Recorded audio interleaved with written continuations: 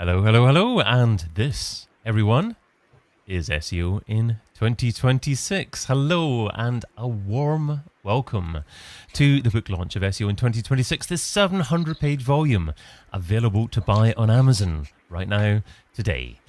So just search SEO in 2026 on Amazon and you'll find the book in question. I'm David Bain, and over the last 5 years I've hosted and produced an annual mega project for Majestic. Started off with SEO in 2022. 5 years later, here we are with SEO in 2026. Podcast, video series and book with over 100 of the world's leading SEOs, all answering the same question: what is your number one SEO tip for the coming year? And of course, everyone gives a different answer. Even though maybe categories of tips are the same, tips are quite different. All the recordings are being released as a podcast and video series. You can find links to that over on this website that you're seeing now, and that's SEOin2026.com. And of course, I mentioned earlier, if you want to get your hands on the book, just search for SEO in 2026 in your local Amazon store, and it should pop up right there. Let's have a quick look to see who is whooping in the chat. We've got is it ISO testing, SEO testing, Optimizy. We've got quite a few people hanging out in YouTube watching this live at the moment. If you're watching us live, give us a few comments there and we'll try and mention you as part of the celebration. Today we're celebrating the book launch with a 4-hour live stream featuring over 60 of the book's 117 contributors in 8 half-hour panel sessions. So each hour is going to be hosted by a wonderful co-host. So, without further ado, I'm going to turn off my video, put it back to me directly on the screen, and I'd like to pass you over to the co-host for the first 2 panels, and that's freelance digital strategist Isa Lavahan. Take it away, Isa. Hello, thanks for having me. Happy book launch day. I'm really excited to be co-hosting today. And yes, who's going to be talking to wonderful SEOs who contributed in the book to be getting their tips. I'm just going to go ahead and make a start. I'm going to start with Andrew. Hello. Introduce yourself. What's your number one SEO tip that you shared for 2026? Hi. Okay. So some of you know me, some of you don't, but I've been doing SEO for 26 years. Data is the primary point that you should be expanding on. In every essence, I am a bit of a data lover. So looking at every single data point you can get your pinkies on is really, really important. But the biggest tip for 2026 is owning the answer layer. More and more people are migrating away from trusting the decision that search engines make and relying more on what they perceive to be an impartial view via the AI engines. And the ability to be picked up for citations and have more informative content within the architecture of the website in a well-structured pattern is going to enable you to appear more in the citations and more to those as we adopt a more AI-orientated approach to our web life, which moves into voice search, and you're in the kitchen and you're cooking and someone asks you a question and you turn around and go, where's the best place to buy Apple iPods or singular Apple iPods or singular earpieces or whatever it might be if you've lost one, and the system will pick up and reference those people who've placed those citations. And the citations are mostly going to come from correct schema and advanced schema markup. A lot of people out there right now aren't really adopting particularly advanced schema, and there's the massive opportunity to really expand on that. So that's kind of my tip for what's going to happen in 2026. And then it's all about, once you've done all that work, it's about analyzing the data and understanding how you're going to maximize the users that arrive. The users that arrive, the users that don't do anything, the users that do something, the search terms, the citations, the entry points, and the pages they visited, and the contextual relevance, and following that through and trying to understand where you're going to maximize those users and don't lose them again. Amazing. Thank you. That was so brilliant. That's such a good tip. Love that. Thank you, Andrew. Thank you. Moving on to you, Will. Tell us a bit about yourself, introduce yourself, and tell us what your number one SEO tip for 2026. Well, first, can I say, Andrew, that was a brilliant tip to start off with, and mine actually falls on quite nicely from that. But before I get in, I'm Will. I work at writing content and copy at an agency called 43 Clicks North up in Hull. And my tip for next year is to be a little bit more mixtape when you write content and a little bit less like an algorithmic playlist on Spotify.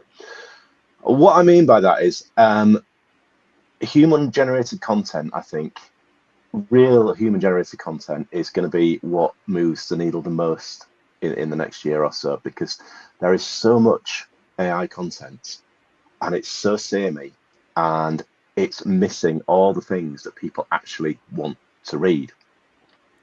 I've seen a few talks and things that have suggested that actually AI overviews, which, like Andrew said, super important, really like it when you have an opinion, like you express an opinion, you say something that's different to what everybody else is doing, and that's something that AI can't do. So the idea of the mixtape thing is, if anybody's old enough to remember mixtapes back in the 90s, or beyond, but it was definitely it was the 90s for me.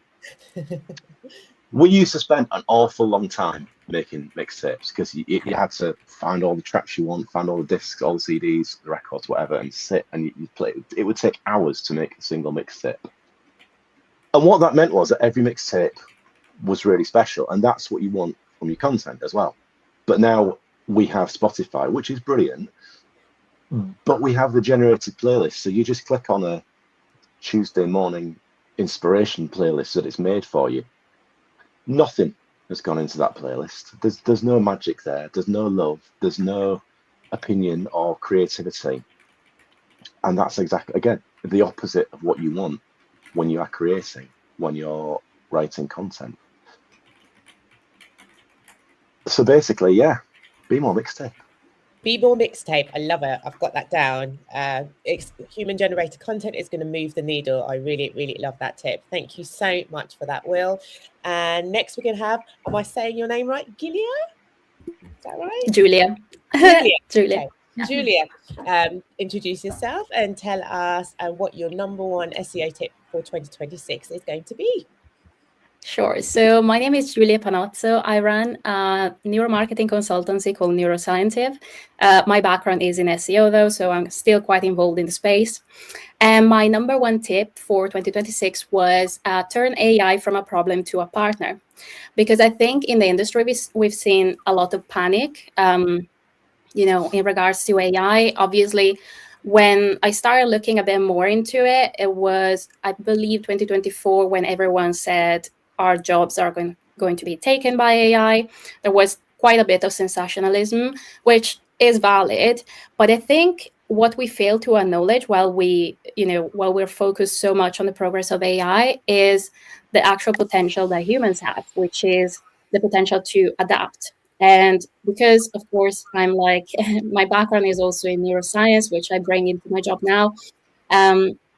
I had a look with my own data, my own experiment into how humans react to AI versus human-generated content. And I've noticed that consistently the human content had a bit of an edge at the neurological level. So it was quite interesting to see. Now, I'm not claiming that these will remain for forever, but I think it's a good indication of how the brain evolves in response to the world that we live in, because previous studies have shown that we actually reacted more. We had more of a stress response for AI-generated content because it looked weird. It looked something that was a mismatch from our normal context. And now that doesn't really happen anymore because we're so used to seeing AI content that it's not weird anymore. It doesn't ring an alarm bell anymore. So yeah, my tip is all centered around, realizing that humans have a bit more an adaptive potential that we give them credit for, and that they will distrust AI content. Therefore, you can always use AI you can always use AI for other things that enhance the journey. For example, summaries of reviews, or removing frustrations, proactively identifying what those frustrations are in the journey, but don't use it for user-generated content as fail or review, because that's misleading, and there's also ethical concerns about that. Thank you so much, Julia. I love that. Don't panic, collaborate. I love that one. Yeah. Thank you for that. Next, we're going to have Nick Ranger. Introduce yourself and tell us what your number one SEO tip is for 2026. Amazing. Hi, everyone. My name is Nick Ranger. Shout out all the way from Australia. So in my chapter, I wrote a lot about essentially a technical SEO's approach to AI visibility. But I think like a really, really good tip is actually just really thinking about how to understand models like Gemini and ChatGPT actually get their information and what you need to know, because they have two very distinct, different paths to build their answers. So I'm just going to do a really, really quick breakdown because I think it's really, really helpful to know that before you get into the core of the stickiness of actually trying to do something with that. So with an AI model, the first path is its internal knowledge. Think of this as the model's core memory. It's massive static library of the web that it was trained on. It uses this for general, non-time sensitive questions, like things that it really understands, like, what's the time right now or something like that. The answer that it gives is like ungrounded, meaning that it's not connected to any live information. And the second for us, the most critical path is when it uses the live web. So when a user types in a large prompt, it essentially breaks that down into smaller chunks, smaller prompt chunks, which is actually called query fanout, and then it uses something called retrieval augmented generations, or RAG, and that's how it provides the models with nice, fresh, factual, and up-to-date answers. So that RAG process starts to break down that complex question into those smaller subqueries, so it can be able to start to build up its answers. So from there, both models really extract the most relevant snippets from text from those sources and then synthesize its final answer, adding citations. I think a really, really big key thing that is of difference is like when ChatGPT is wanting to source its answers, when it's looking for its primary sources of the data, it's looking for those live web fetch pages. And as we've seen, it's gone from fetching like anywhere from 6 to 12 different citations, and it's now reducing that because the speed and the cost of actually doing that, it's a lot slower, it's a lot more expensive. So it's really important that when we are actually getting sourced by ChatGPT, that has become so much more competitive. Whereas like for Google, which is now integrated into just Google search, huge into its ecosystem, that primary data source is generally coming from its own massive pre-existing web cache. That's actually not really coming from a live result. So think about this in terms of like, well, I want to make sure that my pages will actually be cached properly. So think about your caching rules, because it's Google, guys. The speed and the cost for it to be able to do that, it's so much faster than ChatGPT, and it's a lot more computationally cheaper for them to do that. So the propensity for them to actually get those live results and ground them for Gemini is extremely high. And in fact, when we do query deserves grounding, we pretty much see that every single Search Console query gets grounded, which means that it's so important for you to really consider how that's going to move forward. So server-side render your stuff, folks. And when we look at like ChatGPT, like that's just so much more, there's so much more variables, and the decision to whether to ground it as in get your source is a lot more computationally expensive, so it's a lot more competitive. So I think really think about server-side rendering, think about having your schema nice, clean architecture, and think about doing some really, really effective content strategy, and look at query fan out, because that's really, really effective to get a lot more groundwork with actually understanding how the models are synthesizing this information, and you want to be able to have better market share for it. So that's a really great takeaway, but my whole chapter goes through this in so much more depth. Thank you so much, guys. That was so brilliant. Thank you so much. It's actually not my world at all. So I find that really, really, really interesting. And it's like you're talking about how we actually, as SEOs, need to start doing the work of really looking at how these LLMs are pulling the data, and for us to kind of get behind how we get to the top. So that was really insightful. Thank you so much. Thank you. Thanks, Isa. Thank you. Next, we have Greg. Greg, hello, welcome. Introduce yourself and tell us what your number one SEO tip for 2026 is. Yeah, thank you so much for having me. My name is Greg Heilers from Jolly SEO. I was really grateful to be invited to participate in this. I'm listening and learning here too.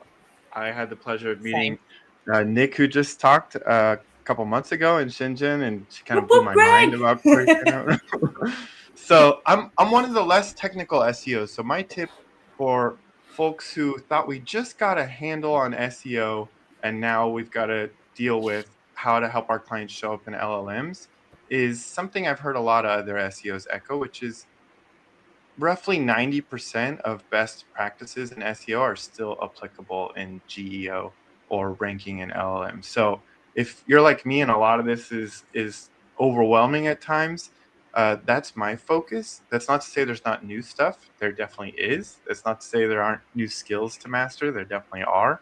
But for me, it's knowing that what was working still largely is relevant, although the game has changed a little bit. You know, we can all cite specific things we've seen change, definitely in the Google SERPs, but also what shows up in LLMs. But for me, that's where I'm going into next year, is knowing I don't need to throw out all the services our clients still love today just because there's something new on the horizon.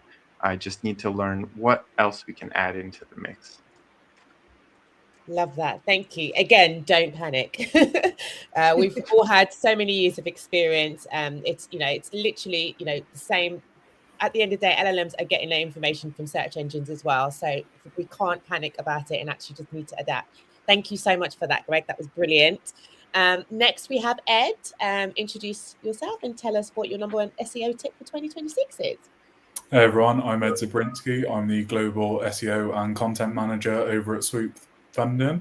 My tip for SEO in 2026 is to take a more omni-channel approach. So traditional SEO, we used to see that everything sort of top of funnel, mid and bottom of the funnel was all generated through the website content that you had. So you'd have like your explainer blog content, more long form, then you'd have pages for high conversion targeting, your commercial keywords and more long tail searches. Whereas now we found that with the rise of AI, there's so much more zero-click results, and we're looking at ways to differentiate the way that we generate top of the funnel traffic and brand awareness by using omni-channel approaches, using YouTube and TikTok for short form videos, Pinterest where applicable for imagery, and really taking that approach to be in front of our audiences wherever they are and whenever they are. So in having TikTok video content, you can almost do very passive SEO in the sense of you're putting video content out there that your prospective customers are going to discover when they aren't even looking for your services, if you've optimized for the For You page, if you're using trending audios and things like that, so that you can get in front of your audience wherever they are and whatever platform has a search function on it, we as SEOs need to be optimizing for and making sure that we're getting our brand or our clients' brands in front of those audiences at any time, whether or not they're looking for our services at that time. Love that. Omni-channel. Think, outside the box. And I think as SEOs, sometimes we're so honed into what we do. Sometimes we do kind of overlook the omni-channel. So that was really, really, really insightful. Thank you so much for that, Ed. Next, we have Erin. Introduce yourself and tell us what your number one SEO tip for 2026 is. Hey, I'm Erin Simmons. I am a part of the team at the Women in Tech SEO community, and I'm not an SEO, just a regular old marketer. So my tip is a little bit different than I think some of the tips that are being shared, but I do see this getting a little bit more airtime across the industry. But really, it's about finding a community where you can start showing up for your audience. So yes, people are starting their research in AI and in Google, But increasingly, they're making their final decisions in this dark social area, in communities, talking with, trusted people. There was this really interesting experiment by Growth Memo where they showed when AIO shows up in Google and when it doesn't, and what people do after. So without it, you see maybe 18% of folks heading to communities, forums, and 57% are still going to organic links.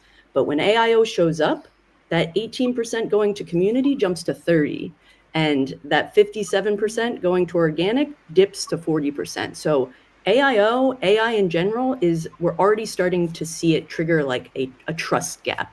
And that's going to continue. I mean, I was talking with my partner earlier today about an account that was really just seemed like it was a real person, a pilot, kind of explaining how planes work and all the different sounds and all of these things. But when digging deeper, it ended up to being this AI generated person. So it's, as these things continue to happen outside of our industry, I think that trust is going to decline even more. And when it comes to trust in general, people don't really trust brands, they trust people. So if you're showing up in a community, show up as the person you are. Don't show up and kind of push your brand. Show up as who you are and with what you can help with. And everything else follows. Your brand will follow. But if you show up and really truly look for a way to be a part of that community and be helpful, that is where you're going to earn trust.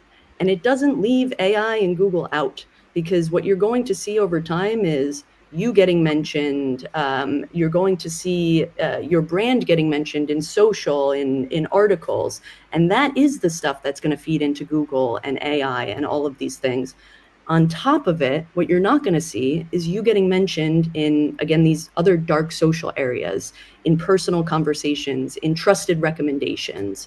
So pulling it all together, go out, pick one community, join, listen, show up as yourself, offer help, and that trust you will see over time will scale back into your organic efforts, back into your AI efforts, and just in general in your brand visibility efforts. Thank you so much. Literally, I was like listening in. So I love that being in community and like really getting involved. I think actually, if there was one word to go into 2026, it would be trust. That we as SEOs really need to protect that word, because it's becoming less and less and less across the board. So anything we can do to build that audience trust is definitely what we should be looking at. And what Erin said is just absolutely spot on. Thank you so much. Next, we have Jason. Jason, introduce yourself and tell us what your number one SEO tip for 2026 is. Hi, thank you so much for having me. David as well, thank you for having me. Delighted to be here. Jason Barnard from Calicube, and following on from what Erin just said, personal brands, super important. People do business with people. And at Calicube, we help entrepreneurs with their personal brand in Google, AI, ChatGPT, Perplexity. And we have 25 billion data points collected over the last 10 years, focused on entrepreneurs, 1 million entrepreneurs. We have their digital footprint, so we can give those entrepreneurs the exact digital strategy to glow and thrive in search and AI. And my tip for 2026 is the algorithmic trinity. And the algorithmic trinity is the trio of technologies that all of these engines use. They're all based on search results, knowledge graphs, large language model chatbots. If you can master those three, you've mastered all of the engines. And luckily for us SEOs, all of those of the algorithmic trinity use the web index as their data source. So we come back to, how do I get my content, as Nick was saying, into the web index? How do I make my web content friction-free and tasty? Friction-free for the bots, tasty for the algorithms. And I think it was you, Ed, who were talking about the whole digital footprint. It's not just your website. Your website is the entity home website where the machines can find the truth about you, from you. And the rest of the web, the rest of your digital footprint is proof that what you're saying on your website is true, that you are trustworthy, that you do bring great services, and indeed what services you bring. Do they understand who you are, what you do, who you serve, and do they understand that you're credible? And then we're talking about the funnel. Super interesting. The AI assistive engines are building the funnel within the engine itself. So that zero-click idea is actually, for me, at least for commercial intent, queries and paths, the perfect click, which is what Fabrice Canel from Bing calls it. He told me a couple of years ago, Copilot is just building the funnel from awareness to consideration down to decision, and that decision is the perfect click. And the trick to play is to be the brand that when somebody says to Copilot, to Google AI mode, to Perplexity, to ChatGPT, when push comes to shove, who do you recommend? You want that machine to say, I recommend you, in my case. Dejan AI in Nick's case. Love that. Thank you so much. It is really about just having that digital footprint across the board and really pushing all those data points to prove. I would say I'm a freelancer and 90% of my business comes from word of mouth marketing. So we really need to be looking, that's essentially what this is all about in terms of building that trust. Yeah. So completely agree with everything that you're saying, Jason. That's so spot on. Thank you so much. The lovely thing about word of mouth is, or the lovely thing is that people will then Google or ask ChatGPT to verify. You need that Google business card, the AI resume, to be absolutely perfect. And that's what we do at CaliCube. And I think we forget, we all go and Google people or ask ChatGPT, and we don't realize that other people are doing it to us. Sorry, Isa, I interrupted you. Nope, spot on. So spot on. Thank you so much, Jason. Thank you. Finally, last few minutes, we're going to have Manuel introduce yourself and tell us what your number one SEO tip for 2026 is. Yeah, last but not least, thank you for having me. I'm Manuel Madedu.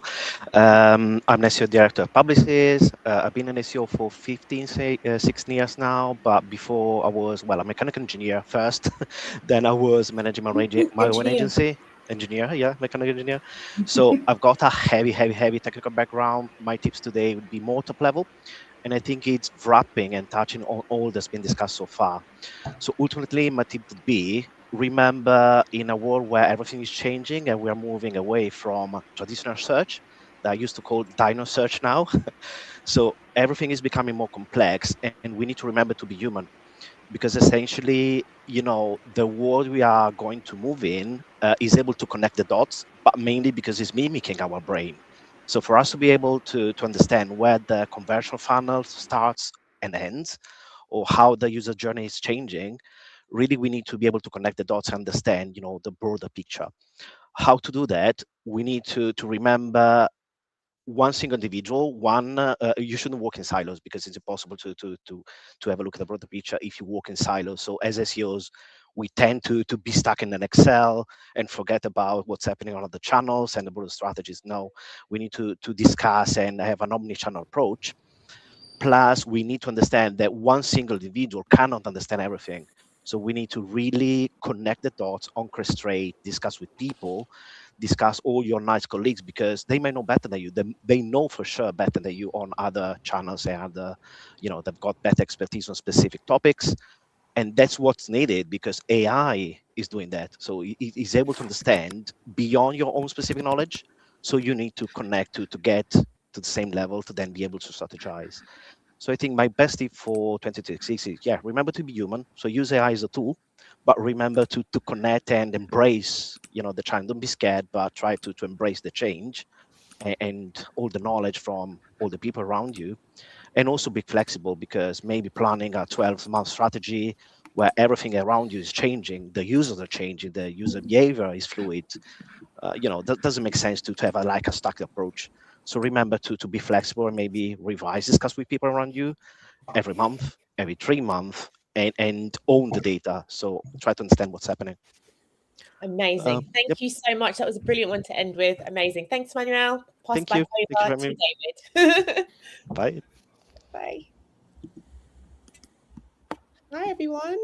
Welcome. Hi. Yay. Happy Book Launch Day. How are you guys? Very well, thanks. Very well. How are Everyone you? good? Wonderful. Well, I'm going to crack straight into it. We're going to go through introducing ourselves and then giving you SEO number one tip. I'm Isa. I'm freelance, offline link building PR strategist, and I'm really excited to be finding out about all your SEO tips for this year. So I'm going to start with Sanjay. that correct? Or can I say, if you're not speaking, could you please mute yourself because we can hear in the background, please? Thank you. Sante, I hope I'm saying your name right. Everybody. Correct. Yes, Hello. fine, Sante, yes. And tell us what your number one SEO tip for 2026 is. Yes, so hello everybody. Great being here yet again for another book and to share some insights. I'm one of the veterans of SEO, started a very long time ago. I'm not going to tell you how long ago, but a long time ago. So it's been a long and fun journey, and there's still a lot of road to cover. My tip actually is kind of tangential on, let's say, the main core of our SEO business. And it sort of like dovetails with the fact that I've been in the industry for so long. Because one of the biggest challenges that we face is to learn. We evolve. Everybody has to evolve. We evolve or we die, especially in this industry, I would say. It's just that death is much more sudden than it is in other, let's say, places of work. It can come along in just a matter of months if you don't entertain the idea of lifelong learning. So obviously, AI was a big, it's a big opportunity and an incredible tool that never still, how can I say, it just never fails to provide marvel every morning, I would say, in the ways that it can help. And one of my tip looking forward is to use SEO as a tool, learning how to learn, I would say. So I think a lot of us, especially in the beginning, we tend to identify the path of less resistance and sort of like cut the chase and go straight to picking up the answers, which is very tempting, in fact. But there is a long tail to all of that, and that is trying to understand what's going on behind the scenes and learning, actually. So getting from the first tier of the answer, let's say the core, the objective, moving out and trying to enlarge and increase the impact that we can have on that final answer more and more, because that's the only way that we can actually have the right insights and provide more value. I think the key in a long journey like mine and many of others of yours and the younger ones that are stepping, let's sort of like treading in the same footsteps, you will learn, and you are already probably have learned that how important it is to provide that additional value. Learning is a non-linear journey. And so it's like the book, the book, SEO, and like all of the other ones. It has to sit here next to us all the time. I think it's a valuable tool. It's not something that you sit down and you read. It gets too boring. But it's something that you have a problem looking at AI. I picked it up and I was looking at a few things that caught my eye, like brand SEO, for example, and the ever-changing customer journey. So, use the book, pick it up, read a few tips, be inspired, move along paths that your instinct provide you with, but always with the objective to identify new opportunities to learn and to increase the value that you can provide others with. Thank you so much. It seems like so simple, but sometimes we do forget that, again, because we're so busy in our day-to-day. Learn or die. It's quite strong, but it's poignant and something that we should always be doing. So thank you so much for that, Sante. That was brilliant. Next we have Christian. Introduce yourself and tell us what your number one SEO tip for 2026 is. Hi, everybody. Very nice to meet you. I'm Christian. I'm the Director of Operations at 11 Content. Really excited to be here. I think that you could call me somewhat of a newbie. I've been doing content marketing and strategy for 5 or 6 years, so certainly less than some others on this call. And yeah, it's very humbling and quite cool to be counted among so many industry heavy hitters. My big tip for 2026 was all about recognizing the renewed and growing importance of brand associations, and taking a really active role in shaping what those are for your brand or for the companies that you work with. Oh, hi, puppy. I've got mine chilling out right here next to me on the. Oh, very he's a little, sorry. Yeah, mine's just, yeah. Sorry. Carry on. He's a little more subdued because we had a good romp at the park this morning. Yeah. Sorry. Carry on. Sorry, I get easily distracted by dogs. So yeah, all about taking a really active and mindful approach to building specific associations that you want with your brand. And if anything was going to come along and demonstrate how important that is, I think it's AI and LLMs, and the fact that these probability engines are, essentially using associations that they find out in the wild through RAG, and also materials that they've been trained on. And the stronger your brand associations are with the things that matter to your customers and the things that matter to you, and the better that you can show shared values, let's say, and shared objectives with your clients, I think that's what's going to really be the connective tissue between SEO, GEO, AEO, AI search, LLMs, etc., brand marketing, PR, and everything else that we need to get working kind of cohesively and coherently in order to succeed in what is becoming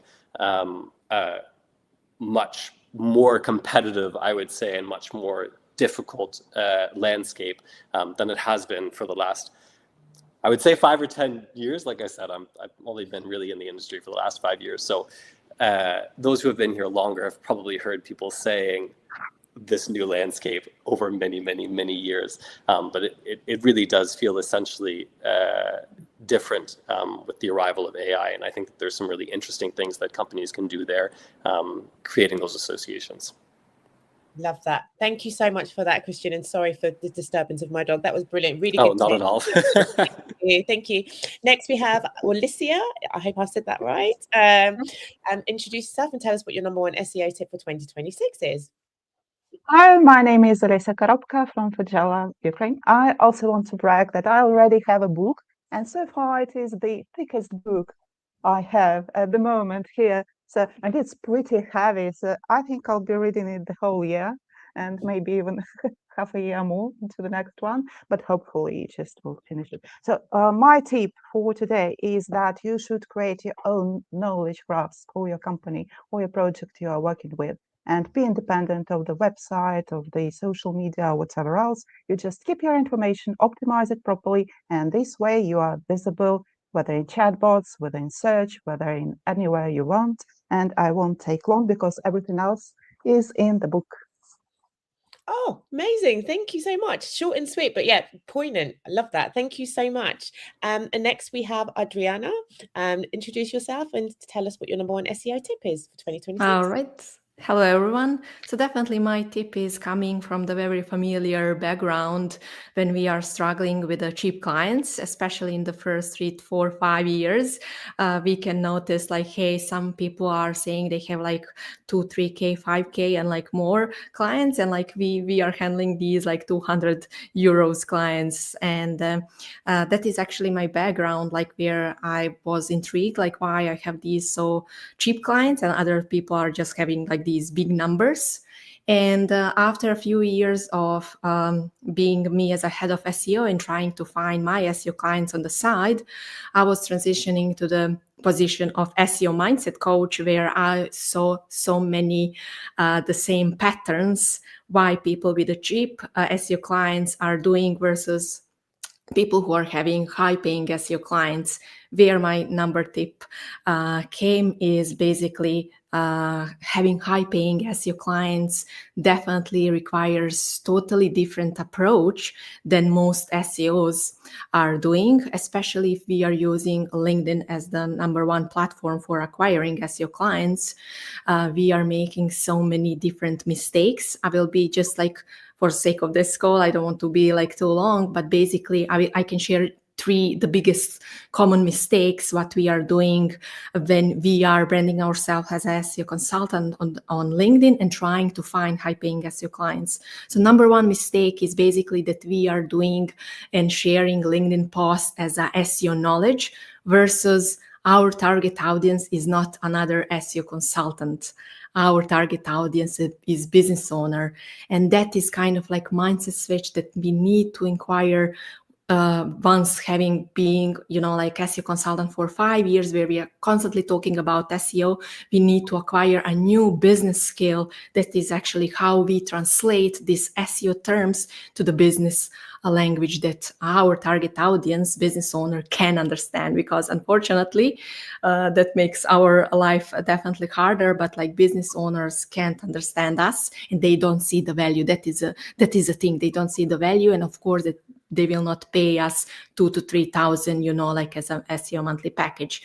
Another mistake is definitely that we are trying to constantly connect and network with another SEO consultants, and we are lacking that business owner experience, talking, exposure, networking. And definitely the third mistake that I'm constantly seeing, that we are constantly going to SEO events, SEO webinars, and expecting that we will get another business owner client. And even like when we are saying this loud, we can see that like, hey, this is not matching. But we always do the same thing. So instead of going to the SEO conference, I really recommend going at least 1 to 2 SaaS conference, any kind of like business conference, where we will get in touch with these business owners. We will see their pain points. We will talk their language. We will get that perspective, how they are seeing the problem. And then we can also share our value or our knowledge and talk in that business language when we are creating a LinkedIn post and when we are branding ourselves as these experts. Those are just like 3 mistakes. I have definitely more, but that is difference between like cheap clients and high paying clients. Actually, that is a business skill that we really need to practice, because we are coming from the SEO background where we practice different skills. Brilliant. Thank you so much. That's so super insightful. Yeah, you kind of make me think about my LinkedIn post, actually, because it is about different stakeholders, right? You want to be a thought leader, you want to be seen, in the SEO society, but at the same time, that is not who your client is. It's going to be people who need to understand the language you're speaking and actually like really be brought in. So that was so insightful. Thank you so much, Adriana. Next we have Charlotte. Introduce yourself and tell us what your number one tip for SEO is. Hi everyone, lovely to see you all. I'm Charlotte, a digital PR account director at Kaizen, and I've been in the industry for coming up to 10 years now. My tip for 2026 really taps into the same theme as what Christian, you were talking about, and it's all around kind of bringing together digital PR, your more traditional PR, and also brand as well. I think we all know we're not going to be able to get through this without discussing AI. AI is changing everyone's search journey. People are finding different ways to find brands, whether that's kind of Gen Z looking on TikTok, or you've got your millennials still using Google, or you've still got your Facebook mums. Everyone is finding brands in different ways. And it's more and more important than ever to make sure that kind of your brand is cohesive across all of those different platforms. So making sure your internal PR team is aligned with your external digital PR agency, and they're all working together with SEO to make sure that the coverage you're achieving is helping benefit the website, so that if you do see a brand on TikTok, but then the next day you're seeing it on an ad on a newspaper that you're looking at, that brand message is consistent and it sees and feels like the same brand, so that it really resonates. We're all working together for the same goal, whether you're in-house, whether you're agency, whether you're a consultant. We ultimately want to earn money for the client. That's what it all comes down to. So make sure that that consistency is there and that common aim is there throughout everything you do.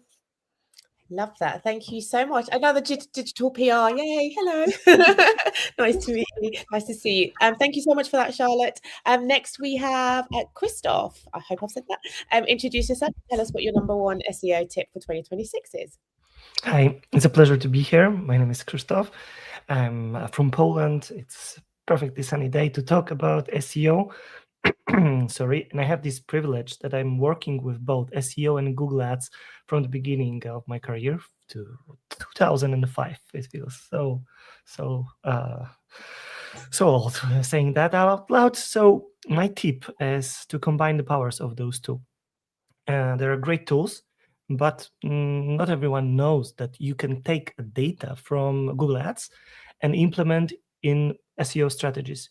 For example, we focus a lot in SEO in Poland on links, on building content, but not every specialist know that Google is about user experience. So the user experience can be put in some votes, let's say, or points that are going towards our website. And in Google Ads, we can check some of them. We can try to get some data about if the ad is relevant to a query, if our landing page is great for a user, even about predicted CTR. So when we take this data and we improve simple stuff, our website UX, our website content, changing for a person we are addressing to, it will be little better and better in Google Ads, but we should also do this in SEO. For example, changing titles, not writing them just like keywords, but we can learn which title description was the best in Google Ads. There is like constantly running A/B testing there, and then we can put all this knowledge to a SEO campaign. And now with the AI to help us, we can do a lot of this semi-automatically. So we can put a lot of data in AI and ask why Google is saying this will be more relevant, why Google is saying this is 6 out of 10, not 5 out of 10 like this other. And then you can learn, and then you will ask different questions. You'll understand that SEO is not about links, it's about the user.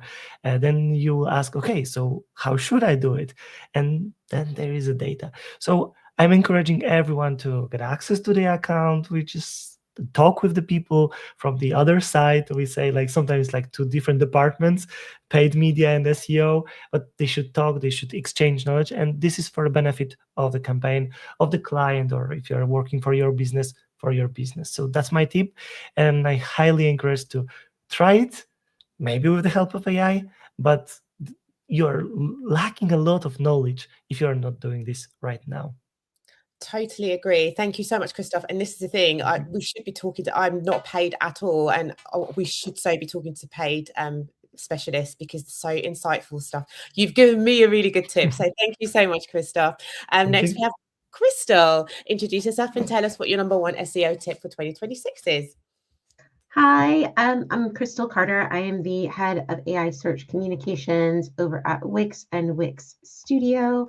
And my advice for 2026 was to view AI search as an opportunity to plug the gaps in your digital footprint.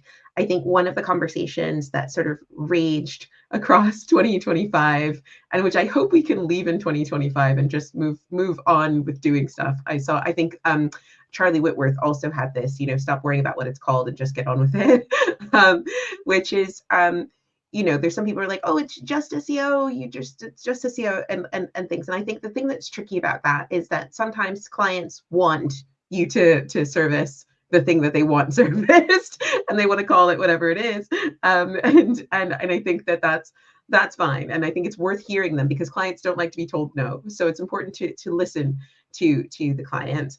But I think also I've had a lot of conversations with people where they're saying, oh, but they want me to do this extra stuff. And it's like, yeah, you should never have just been paying only attention to Google the whole time. Like, you should have been looking at where your footprint was on social, where your footprint was with your digital PR. You should have been having chats with paid and all of that stuff, because it's always been about digital discovery, not just about Google. It's always been about digital discovery. And it's something Sante pointed out as well, that they're showing you where the gaps are. If it says, if you say, tell me about my brand, and it doesn't tell you about, some really important service that you have, that's a gap. That's telling you that there's a gap, that somewhere within the digital consensus of the web and of that AI tool, that they're missing something, that you haven't articulated that clearly. It hasn't been put out there in the right way. And that's a great tool. It's a great tool to be able to have that to hand, to say this is missing, something's missing here. We need to move forward and do something about that. And I think that we're so lucky that we have with the rise of vibe coding, that there's so many additional tools to help you move forward. So previously, if you had a gap and let's say you didn't have folks to help you with copywriting, you'd kind of be stuck. But now you can move forward, and maybe it won't be like the best copywriting you've ever seen, but like you can move forward. and let's say you don't know how to do Python. That's okay. Gemini can coach you, or whatever AI bestie is your friend. And maybe you do need a human to help you with it in the end, but maybe you'll need an hour instead of 7 hours, and that's great too. So I think I've heard it said, I've never actually confirmed it, but I've heard it said that in some languages, the word for crisis and the word for opportunity are the same. And I think that that's where I sit with this. So I think that we should use this as an opportunity to create new connections around the web, to fill those gaps with our brand visibility, with our digital visibility, with our digital PR, with our paid, whatever it may be. And I think that it's a really interesting time, and I hope to see more people getting stuck into that in the coming year. Thank you so much for that, Crystal. Bridging the gap, man. There's such a big opportunity there that we all miss out on a lot of the time. So really, really another one to kind of remember and get in front of mind for next year. Thank you so much, Crystal. And last but not least, we have Sanja. Sanja. Yeah. Introduce yourself and tell us what your number one SEO tip for 2026 is. Thank you. Hello, everyone. Thank you for having me for another year, and of course for being able to participate in the book again. I'm Sanja Markovic. I'm a senior SEO specialist at TransPerfect. I've been in the industry almost 10 years. And my tip for 2026 is another synergy. So a lot of you already spoke about some synergies with paid, with ads, and in the end, SEO cannot work in the vacuum. But my synergy is more related to UX. So I think that SEO should work more with UX teams in 2026 and in general to create more user-friendly and really people-oriented content strategies. Because in SEO, we are very focused, on breaking the algorithm. We want to understand what people search about from the other side. But it's actually very interesting to get the data from UX research team and really understand what is driving their behavior, what is driving the user behavior behind their search, what is having a real impact on their decision-making process. Because there is a lot of factors, social, political, economical, that shape user behavior. And with user interviews and other user experience tools that are used, we can really get this data and get these insights to inform our content strategies. With UX, we can learn who really our users are. We can build user personas based on the real data. We can get data on what are users' real motivations, what are their challenges, what are their pain points, and complement this data with SEO data on keywords and prompts to really build content that users will really read and that will really solve their problems and help them find the solutions to what they're searching for. So that will be my tip for next year. Thank you so much for that. That was brilliant. Really, really insightful. Again, that synergy is another important thing. Sometimes we get so stuck in our own lane that we don't do that synergy, and it's really, really important. I'll quickly share a tip before moving on to the next question. I will just say, make your expert famous. That's kind of one of my key tips. I spoke to a lot of journalists this year, met with a lot of journalists, and actually their new strategy to counter AI, because a lot of journalists are getting annoyed that they're losing traffic because AI is picking up their articles and then putting it into overviews, and then they're losing traffic that way. So they're trying to create more and more kind of credible content. So they're wanting to work with experts in rich content format, videos, Q&As, webinars, anything like that.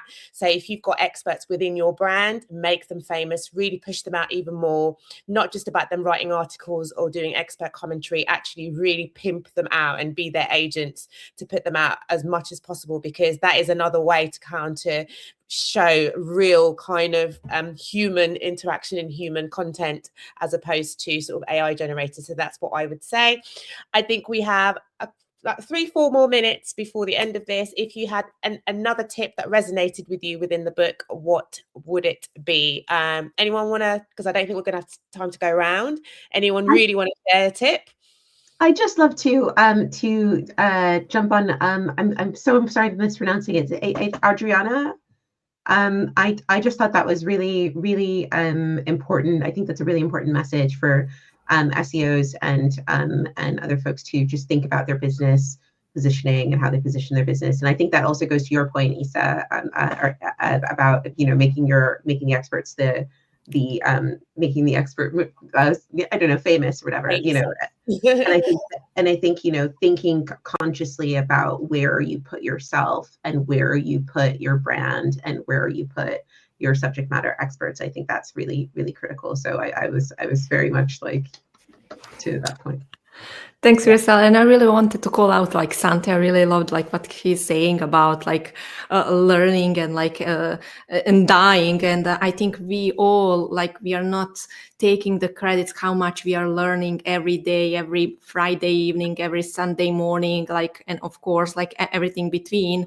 And like we are thinking that we have been born with this, but no, there is a last 10 years constantly learning and still having that kind of like, if I don't learn more, I will die. So I really think we should all got these credits to ourselves. Absolutely. No, definitely agree with that.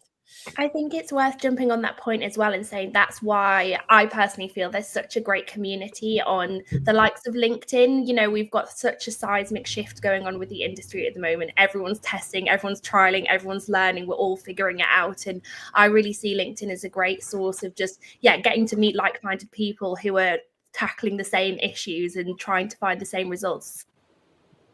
I totally agree. Loads more community, loads more connecting, problem solving together as a group, right? Because it's a bit of a head scratcher.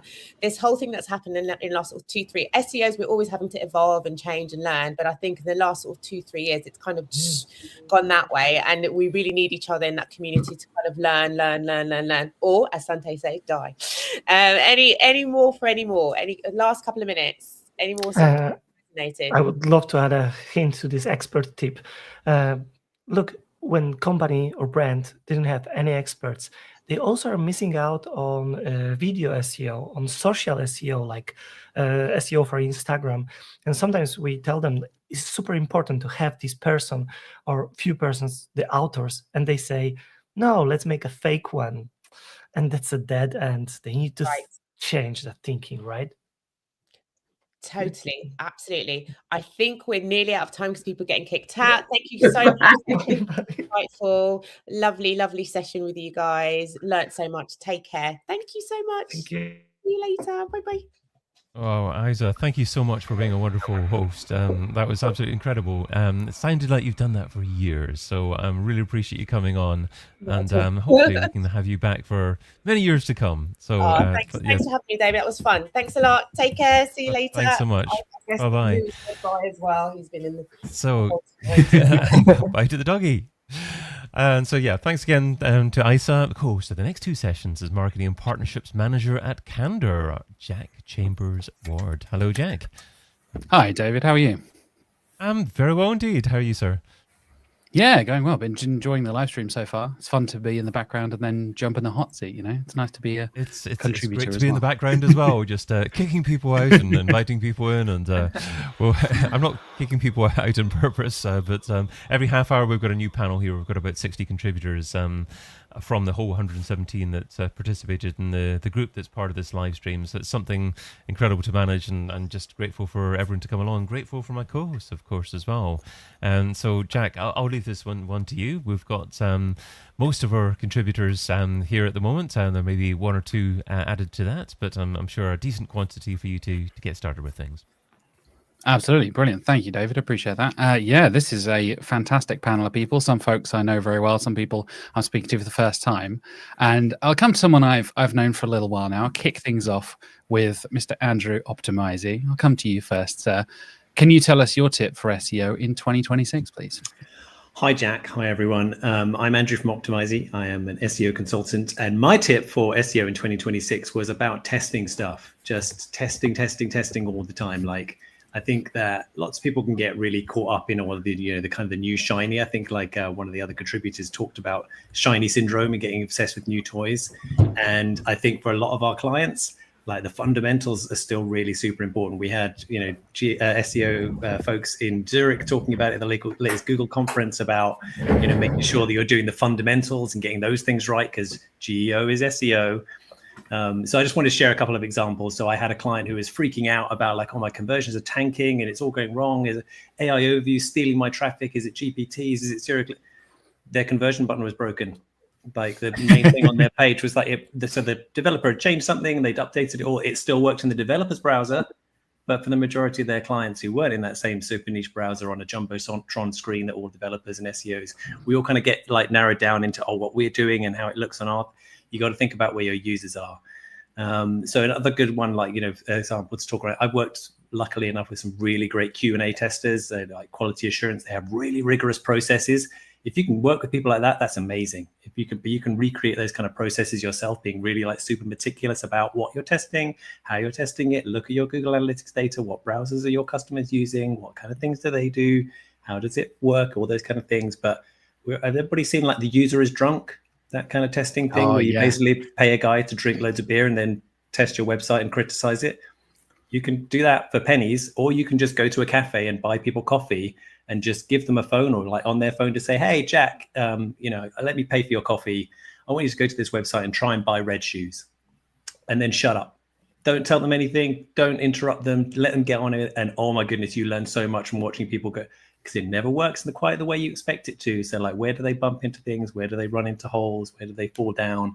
So yeah, I find that like my job as an SEO is expanding so much more beyond SEO, because I used to think it was just, just sprinkle traffic all over the website and hope for the best. You can get less traffic and more conversions, and that's still better, right? So testing stuff is where I went.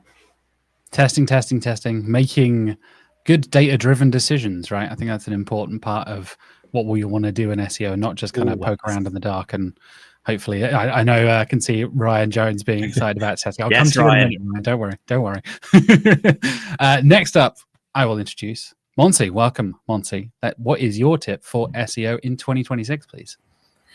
Hello, everyone. Thank you so much for having me. What a treat being here. And my tip for SEO, for SEOs, global SEOs, and digital leaders in 2026 is very simple. Focus on what scales for your business at that moment in time, because it might sound very basic, but the reality is that most of the times this is the very first thing that we tend to forget when there is so much to learn about artificial intelligence, new platforms, new processes, case studies, about systems that we don't really know that much about, and we are all learning. And this is really important to and also understand that across different markets, global markets, AI adoption, is actually quite different. So not everyone will have adopted specific platforms, nor tools, or they won't be using them for the same reasons. And this might change over time while I am speaking, while we are talking right now here.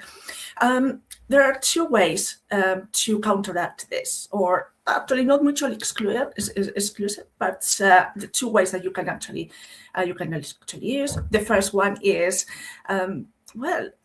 make sure that you understand where you are at, your workflows, your skill set, etc. See where exactly AI or any other technologies or any other workflows, processes can actually help out. And two, ensure that you actually know what the possibilities are, so that you know exactly what is probable for your business, because everything is possible, but not everything is suitable for your business at that moment in time. It is important to use artificial intelligence with intention. That is absolutely important. 100%. Yeah, absolutely. I think a lot of us are talking about how to scale in 2026, right? I think a lot of us are worried about that. So very, very cool tip. Coming on next to Mr. Ryan Jones, speaking of things being in the right places and things like that, what is your tip for SEO in 2026, please? Well, so first of all, thank you very much for having me on. It's an absolute pleasure to be here, and my first time contributing to the book as well. So hopefully the first of many. So yeah, for those of you who don't know me, my name is Ryan Jones. I'm the marketing manager at SEO Testing, and despite my young appearance, I have been in the industry for 10 years now. So I feel like a veteran at times, and I don't feel like a veteran at other times. So that's always quite interesting. But my tip for SEO in 2026 is we're going to move slightly further away from SEO, if you will give me a moment. But my tip is to be in the right place at the right time. And this is a two-pronged approach, right? So that first prong is, and this links back to what was being said in the first session about, like, we all know that SEO is multi-channel nowadays. It's not just search. It's not just ads. It's not just social media. It's email. It's now LLMs as well. Being in one place just isn't the answer anymore. And those brands that were just in one place are starting to see the sort of downfall from being that. And they're now starting to scramble a little bit and try and, okay, now we need to get our brand going on social media, and we need to do this and do that and do that. And I think that audience research is the key to finding out where your audience primarily hangs out, what channels they use, what things they look at different particular times, what channel is going to bring them the most success. And then this leads me to that second approach, which is customer journey mapping. So if you're anything like me, like, I still use Google for certain things. Like, I still use Google for shopping for shoes and things. I have particular brands I like, blah, blah, blah. I will go to Google, search Nike shoes or whatever. If you're my grandma, for instance, she will use Facebook for almost everything. And she clicks on every single Facebook ad in existence and costs brands so much money, even though she doesn't even like buy things half the time.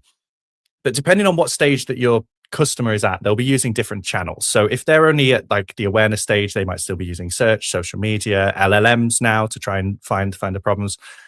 When they start to get towards more of that interest stage, then it might turn into direct traffic of people going actually to your website straight away to have a look at what you do. It might then involve newsletters. It might then involve video platforms like YouTube, Vimeo, TikTok, all that kind of stuff.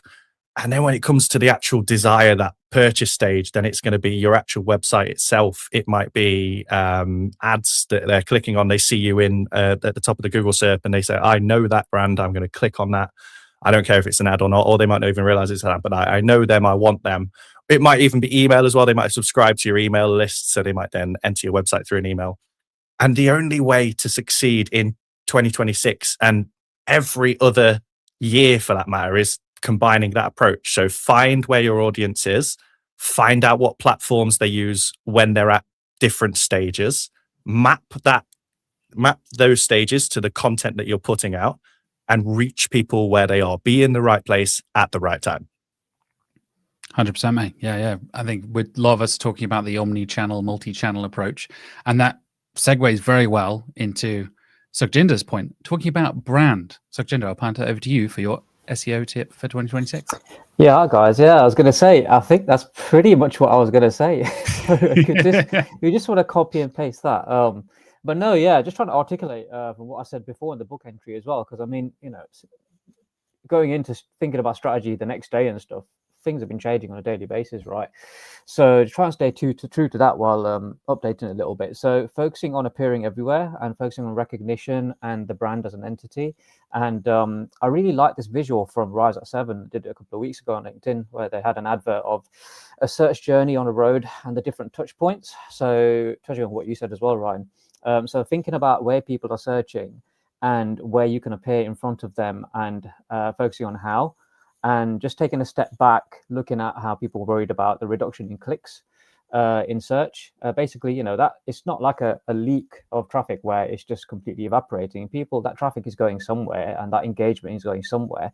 And we've got an opportunity to basically get in front of where they are and focusing on basically zooming out a little bit and figuring out, okay, so now that we know Instagram Reels and TikTok videos are appearing in organic search, how can we basically use our existing content ideas and content pillars, whatever, and our blogs to basically snippet them a little bit across, videos and, other mediums and stuff, and adding more, FAQ stuff to our existing landing pages, and trying to get a lot more mileage out of our existing strategies, and then adding to that and working with the other channels. And I feel like even today, speaking to a lot of different channels within, companies that I'm working with, they're still not communicating effectively between each other, like PPC, SEO, that traditional kind of connection that we should be making, so targeting the same landing pages, sharing the same keywords, and then focusing on, helpful content, EAT, and then also having a look at the metrics we've been focusing on. Even when we were tracking keywords back then, back in the day, search has been personalized for a long time. So, keyword tracking has never been 100% accurate, and even more so now. So yes, we've got AI overviews tracking as well, but we might have to take a step back further and just have a look at brand and non-brand. And if people are kind of doing a traditional organic search and then doing a paid search and being remarketed to, and then doing a ChatGPT bit of research and clicking on a brand, they might do a branded organic search, and then we might not immediately be looking out for that increase in branded traffic. And so just having a look for that as a metric, and those kind of visibility scores, and basically focusing on those core kind of KPIs around engagement and high intent, high quality traffic, and worrying less about those traditional SEO metrics. So yeah, I feel like I could articulate it a little bit more, but it's changing on a daily basis. And I think you guys have done a great job already at talking about the omni-channel side of things. Yeah, absolutely. I think I feel like a lot of the industry is talking about it, right? I think you summarized it really, really well there. And another segue, talking about conversion and user journeys and stuff. Araminta, I'll come to you next for your SEO tip for 2026. Thank you. Hi, everyone. My name is Araminta Robertson. I am Managing Director at Mid Studios. We're a content marketing agency that specializes in the fintech and financial services sector. And my tip is prioritize creating bottom of the funnel content to get better results from SEO and LLMs. Now, just to recap quickly, what do I mean by bottom of the funnel content? So if we look at a typical funnel, which is a metaphor, we know that it's not exactly how people buy, but it's just an analogy to understand a little bit how to categorize content. Top of the funnel is when someone is learning about a topic. They're very early on in their buyer journey. So for example, they're looking up something like, what is a budget? Middle of the funnel, they're aware they have a problem, but maybe don't know what the solution is, how to create a budget, for example. And bottom of the funnel means that they are aware they have a problem and are actively looking for a solution. So for example, budgeting tools, top budgeting tools. And with AI overviews and LLMs, top of the funnel queries, like what is a budget, are basically being answered within the tool, right? Within ChatGPT, within Gemini, and within an AI overview, which just means that fewer and fewer people are clicking to websites. And so what really matters, the most important time to appear is when the user is ready to buy, is actively like, okay, give me a list of tools, give me a list of budgeting tools, I want to test them out. If you don't appear as a brand when they're searching at that moment, you might not even enter into consideration. So, and the way to appear for those queries is with bottom of the funnel content by creating articles like top budgeting tools or what to consider when evaluating a budgeting tool, that kind of thing. So that's my tip for this year. Bottom of the funnel, I think, is more important now than ever. And I really encourage brands and marketers to invest in this kind of content to get the best results with SEO and LLMs. Amazing. Thank you. Yeah, bottom of the funnel content's getting a lot of love in the comments. Thank you so much for everybody in the chat. Please do let us know if you're enjoying the show so far.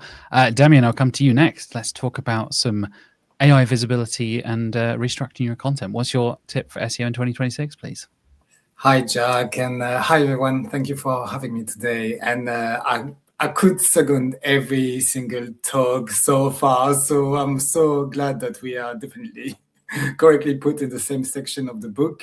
The wonderful book, by the way, that I had the occasion to go through already, so I really highly recommend it. And my tip for 2026 is to reorder your content to future-proof your search dominance. And when I say that, I really mean a lot of what's been already said. anchoring your brand in a single source of truth, and organizing your content as really modular data and putting the evidence first. Basically, this is your truth, and AI shouldn't change your truth, even if it does sometimes. And all the effort should be put there very, very, very quickly. And I've got a sub tip really. It's like, if you don't know what a PIM and DAM is, and if you've never used one, and if you've got a global website or a significant website with significant content, let's say, in it, please do learn about them. A PIM is a product information management system, and a DAM is a data asset management systems. And the two data sets, databases, really, where you can put your source of truth. You can put your truth there. You can organize everything with attributes, evidences, media, IDs, timestamps, provenance, everything can be in two databases and feed your website that becomes a little bit more like a shell, more than actually a web page full-fledged, let's say. So then you are really controlling your source of truth. Of course, there is another control that is more difficult to get. It's what people say externally about you and your brand. But some work can be done around that too. So I think we are going to talk a lot about branding in 2026 around SEO, and I totally agree. SEO is more than SEO. It's been 20 years that I believe in that, and it's always been more than SEO for me since 20 years. So I would really say, if you haven't even thought of organizing your truth, do it now. Start to do it now. PIM and DAM is accessible for anyone, any company, even the smallest one. There are free software that actually can give you a PIM and make you start with one. Don't just have a media library anymore. You really need to put everything you can around your media asset, around your content, because LLMs will actually prefer your source also, and will not replace your source of truth. We talk a lot about AI slop now, and I think that's going to be a buzzword in 2026, how AI hallucination can be deceiving in lots of what we do and in our searches too. So for me, truth is even more important than this year, and will be more important next year and in the years to come. Very, very cool. Yeah, absolutely. I think that's again, a lot of topics we're crossing over very nicely. Very nice little segues between topics as well. Speaking of standing out in AI search, Andreas, I'll pass it over to you for your SEO tip for 2026. Yeah, thank you. And I just want to thank Damien for that fantastic tip, because that's the first time I've actually heard anyone talk about this. So I'm not saying other people haven't, but I'm sure they have. I'm Andreas, founder and mad scientist at Artios. And my tip is quite LLM specific, but as Ryan mentioned before, SEO is a lot more omni-channel, and this tip will actually affect other channels as well. And the tip is this: it's to produce meaningful research that teaches LLMs something new. Now, I've seen quite a few quasi best practices, I don't know if they're official, about how you can get into LLMs, but and one of those best practices were to use deep research or deep mode, and unfortunately I don't. Well, my testing has found that not to be true. That only works in the absence of original research. So if you want to become the source of truth, in addition to what Damien's recommending, you need to be producing scaled research, meaningful research that actually teaches LLMs something new. Because if you're not teaching them anything new, then why would an LLM prefer you over the other brands that they're featuring in their AI search results? And this is such a metronomic truth. Without fail, you will be quoted and get pipeline from AI search. Very, very cool. Yeah, I think a lot of us, again, talking about actually producing original content and not just recycling over and over again. And research is a brilliant, brilliant way of doing that. Actually bringing real, actual data is a really, really cool idea. And last but not least, Joe, what is your tip for SEO in 2026, please?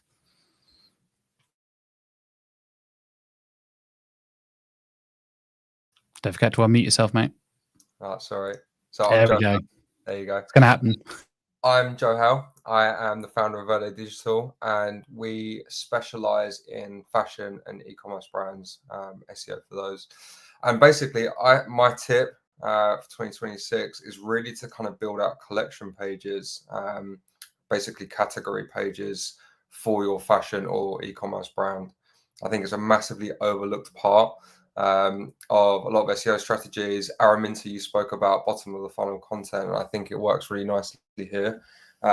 So for example, we work with an athleisure brand, and they sell athletic clothing, but they didn't have pages for yoga clothing or Pilates clothing. And actually that's what people are searching for. It's the same product range, but how do you build out that collection to target that specific user? Because it's the same product, it can be used for the same type of people, but there's a completely different search behavior and a user behind it. So basically looking at the product range you have, what does that align with from like a search perspective? How are people searching? Is it by event? Is it by user? Is it by recipient? Is it by color? There's so many different opportunities that people aren't taking advantage of. And that's really where I think that so many brands, especially those on Shopify, because it's so easy to do on Shopify, can really take advantage of in 2026.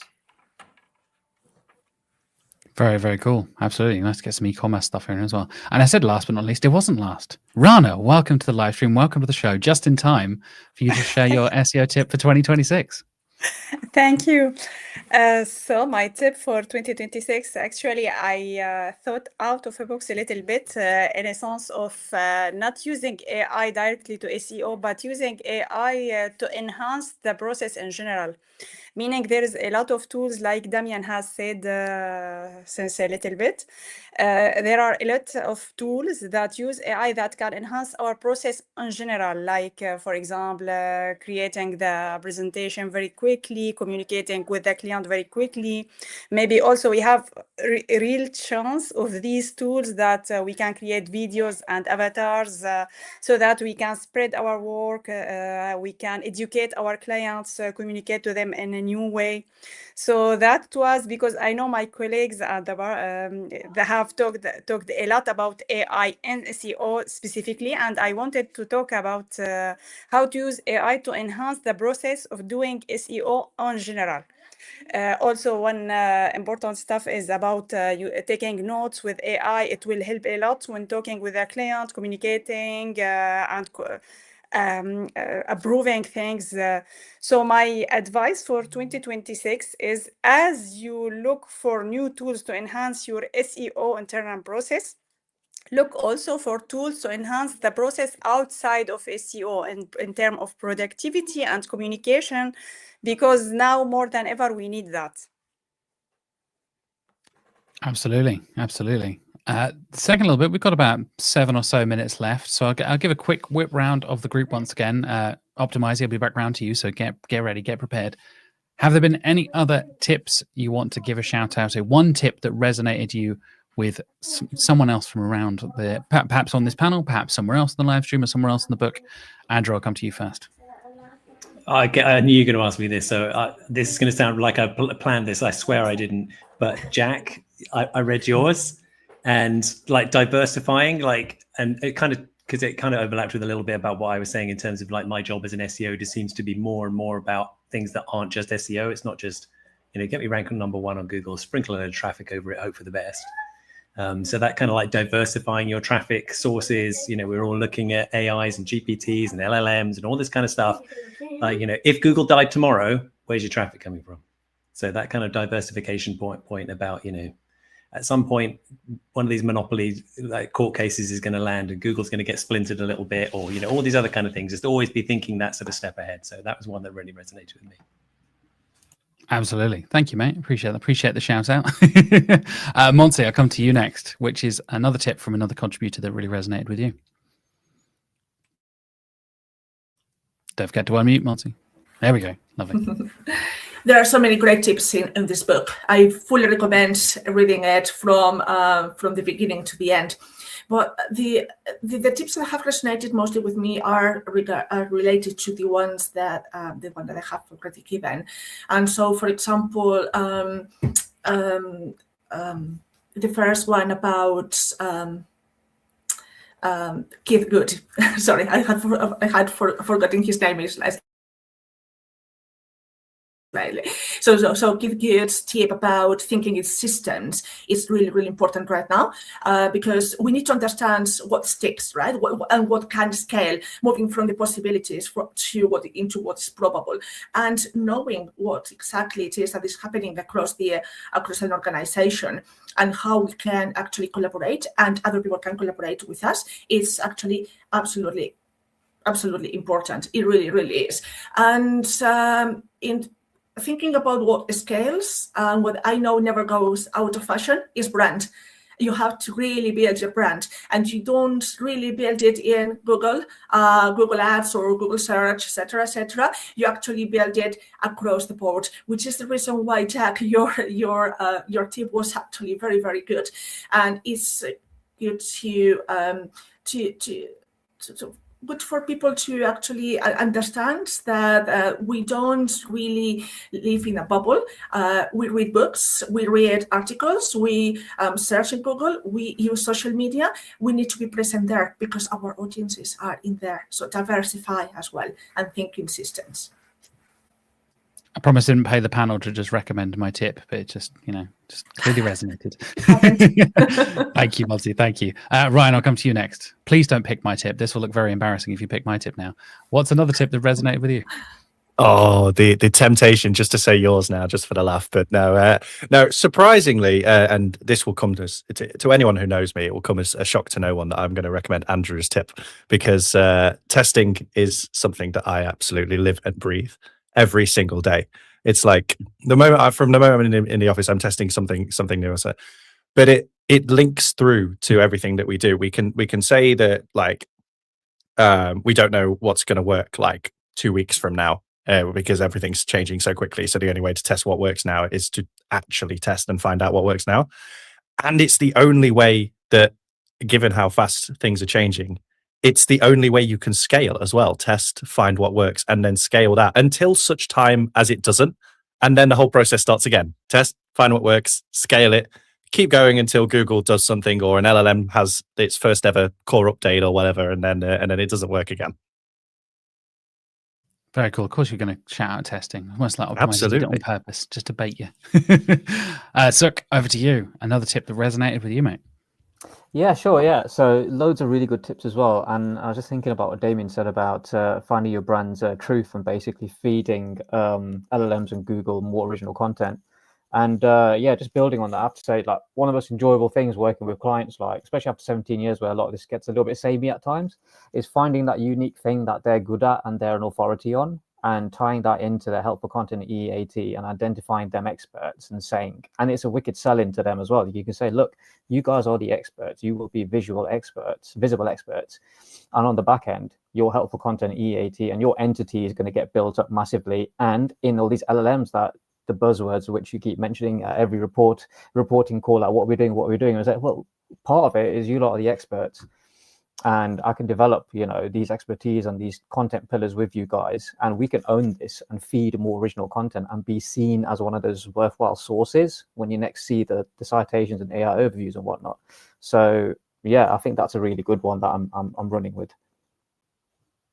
Amazing. Thank you very much, man. Thank you very much. We're heading into the second half of the hour, Suk. We'll see you later, everybody else who's been kicked off already. Thank you, David, for kicking everyone off. Tom, Miriam, welcome. Come and join me for the second half of the hour. I'll come straight to you guys since we're already getting stuck in. Ramona, welcome. Come along. Miriam, I'll pass over to you first. What is your tip for SEO in 2026? And introduce yourself to the lovely people on the live stream. Okay, so hello everyone. My name is Myriam Gessier, and as you can hear, I am painfully French. And if you can check my background, You can actually see this. This is not the typical SEO setup. It's a leather crafting studio. Okay. Why am I saying this?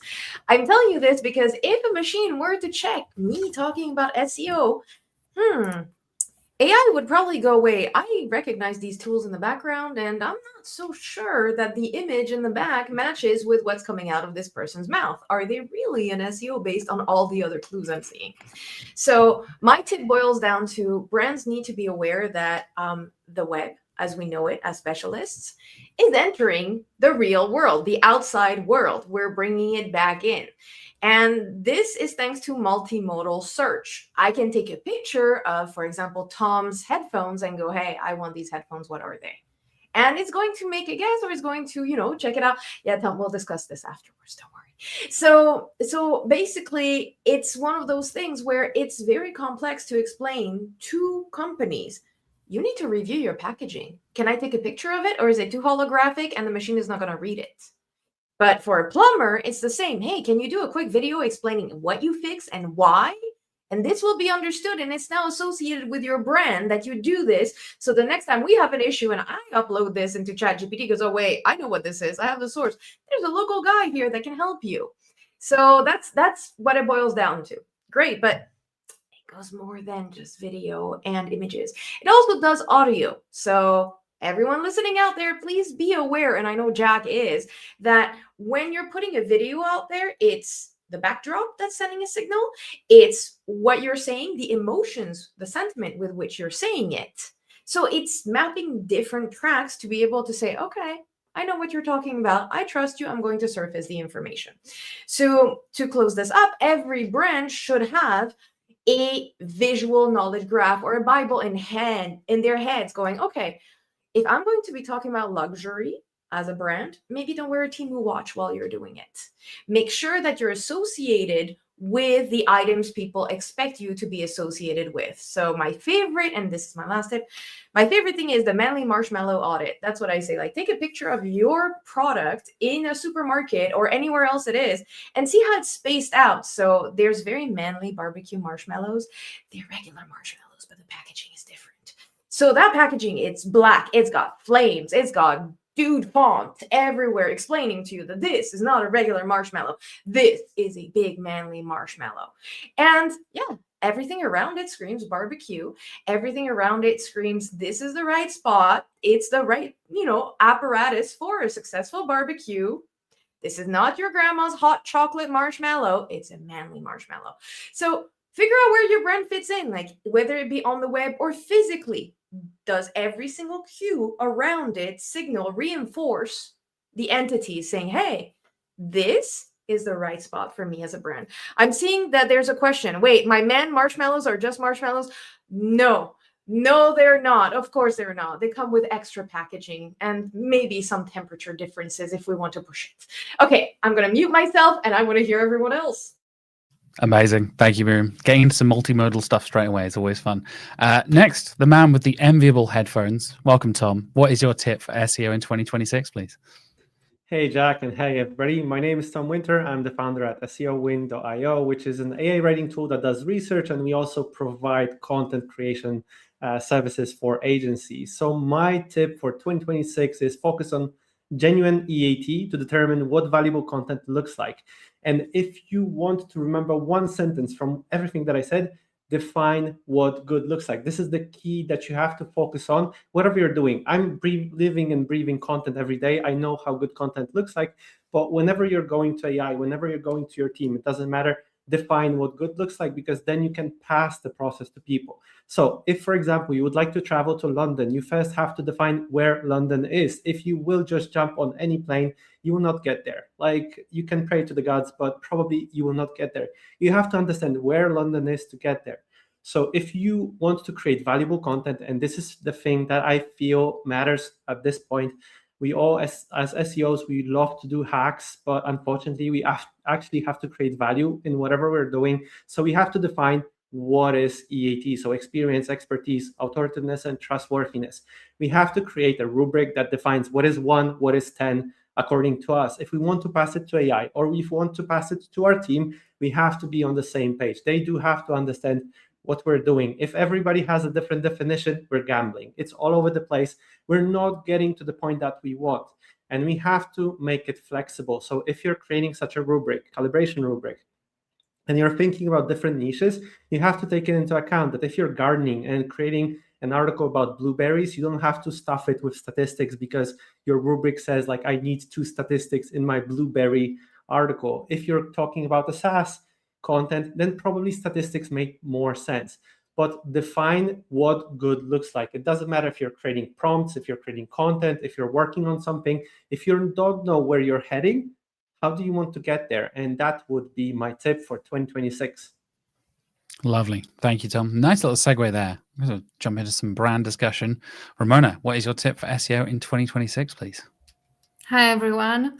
I'm Ramona Joita, the founder of Marketes, a digital marketing agency based in Romania.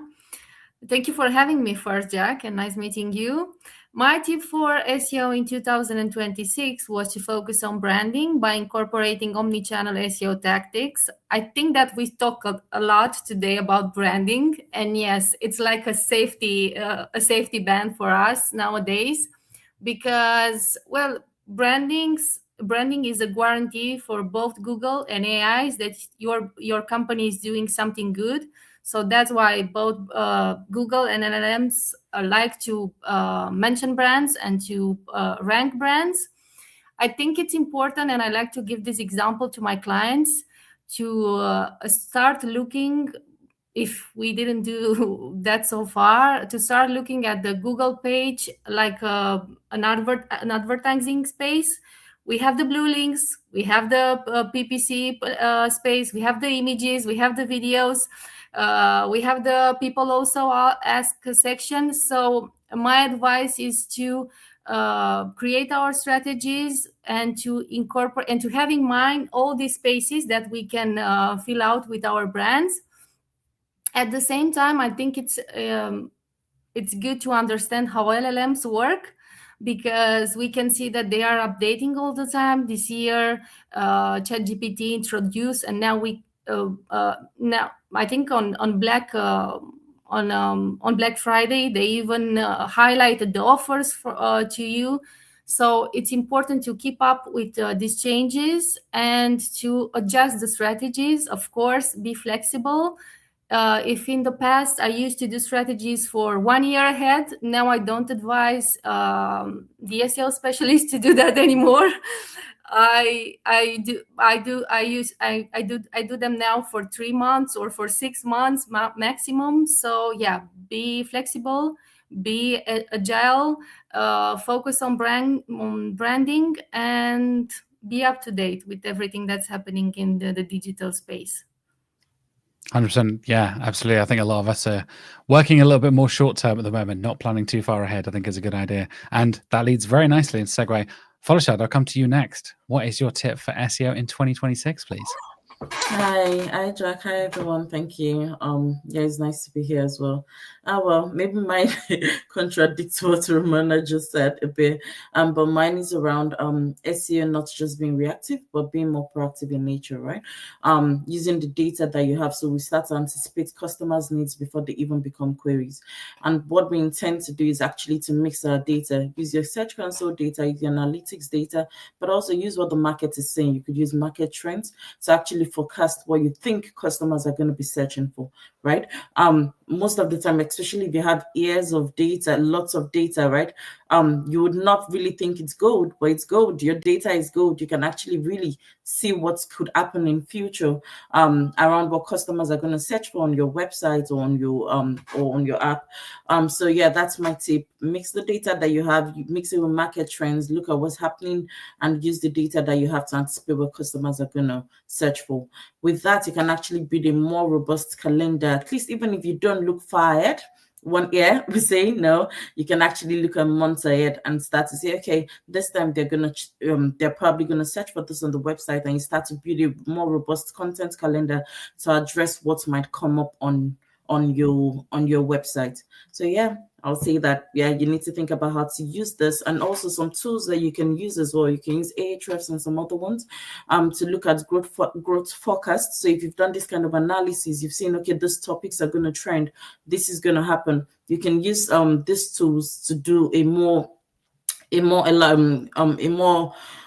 better forecast. So they've got the growth forecast part of things there, so you can actually take your topics and say, okay, so what's the growth forecast for this for the next 2 months? What's the growth forecast for this for the next half a year, right? But also, if you're into a bit of coding, also you can think about how you can use things like Prophet or Rima to do some forecasting around what you could search for. But first things first, you can just go on any of those tools and check what the growth forecast could be, and use that to create your content calendar for the next few months.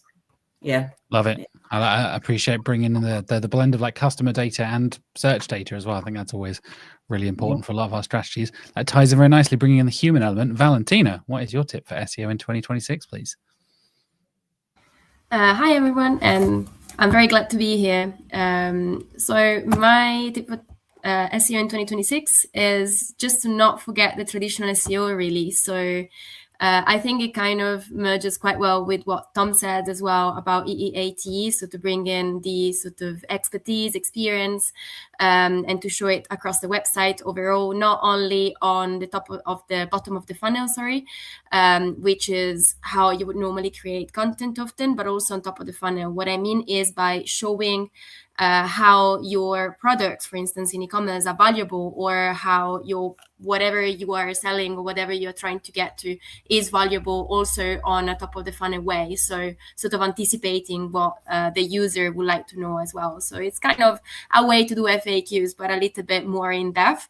So as Tom was saying as well, kind of showing statistics if in your product it's good to show statistics, or anyway some sort of more in-depth information, but also to not forget the technical, so your foundation. So structured data are very, very important. I think we don't really talk enough about everything about schema markup. Also, sorry about my voice, but I'm a little bit sick. So all about schema markup and showing and actually communicating directly, right, with the bots.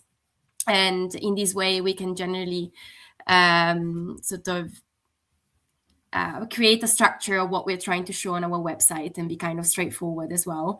And also on this side as well, the authority part is also fundamental, kind of showing everywhere, showing LLMs as well as search engines that our brand is valuable, that people think we're valuable. So sort of our neighborhood, right, think that we're valuable and we are sort of at the top of the industry. Even, we might be whoever, but if we believe we are, eventually we're going to be that.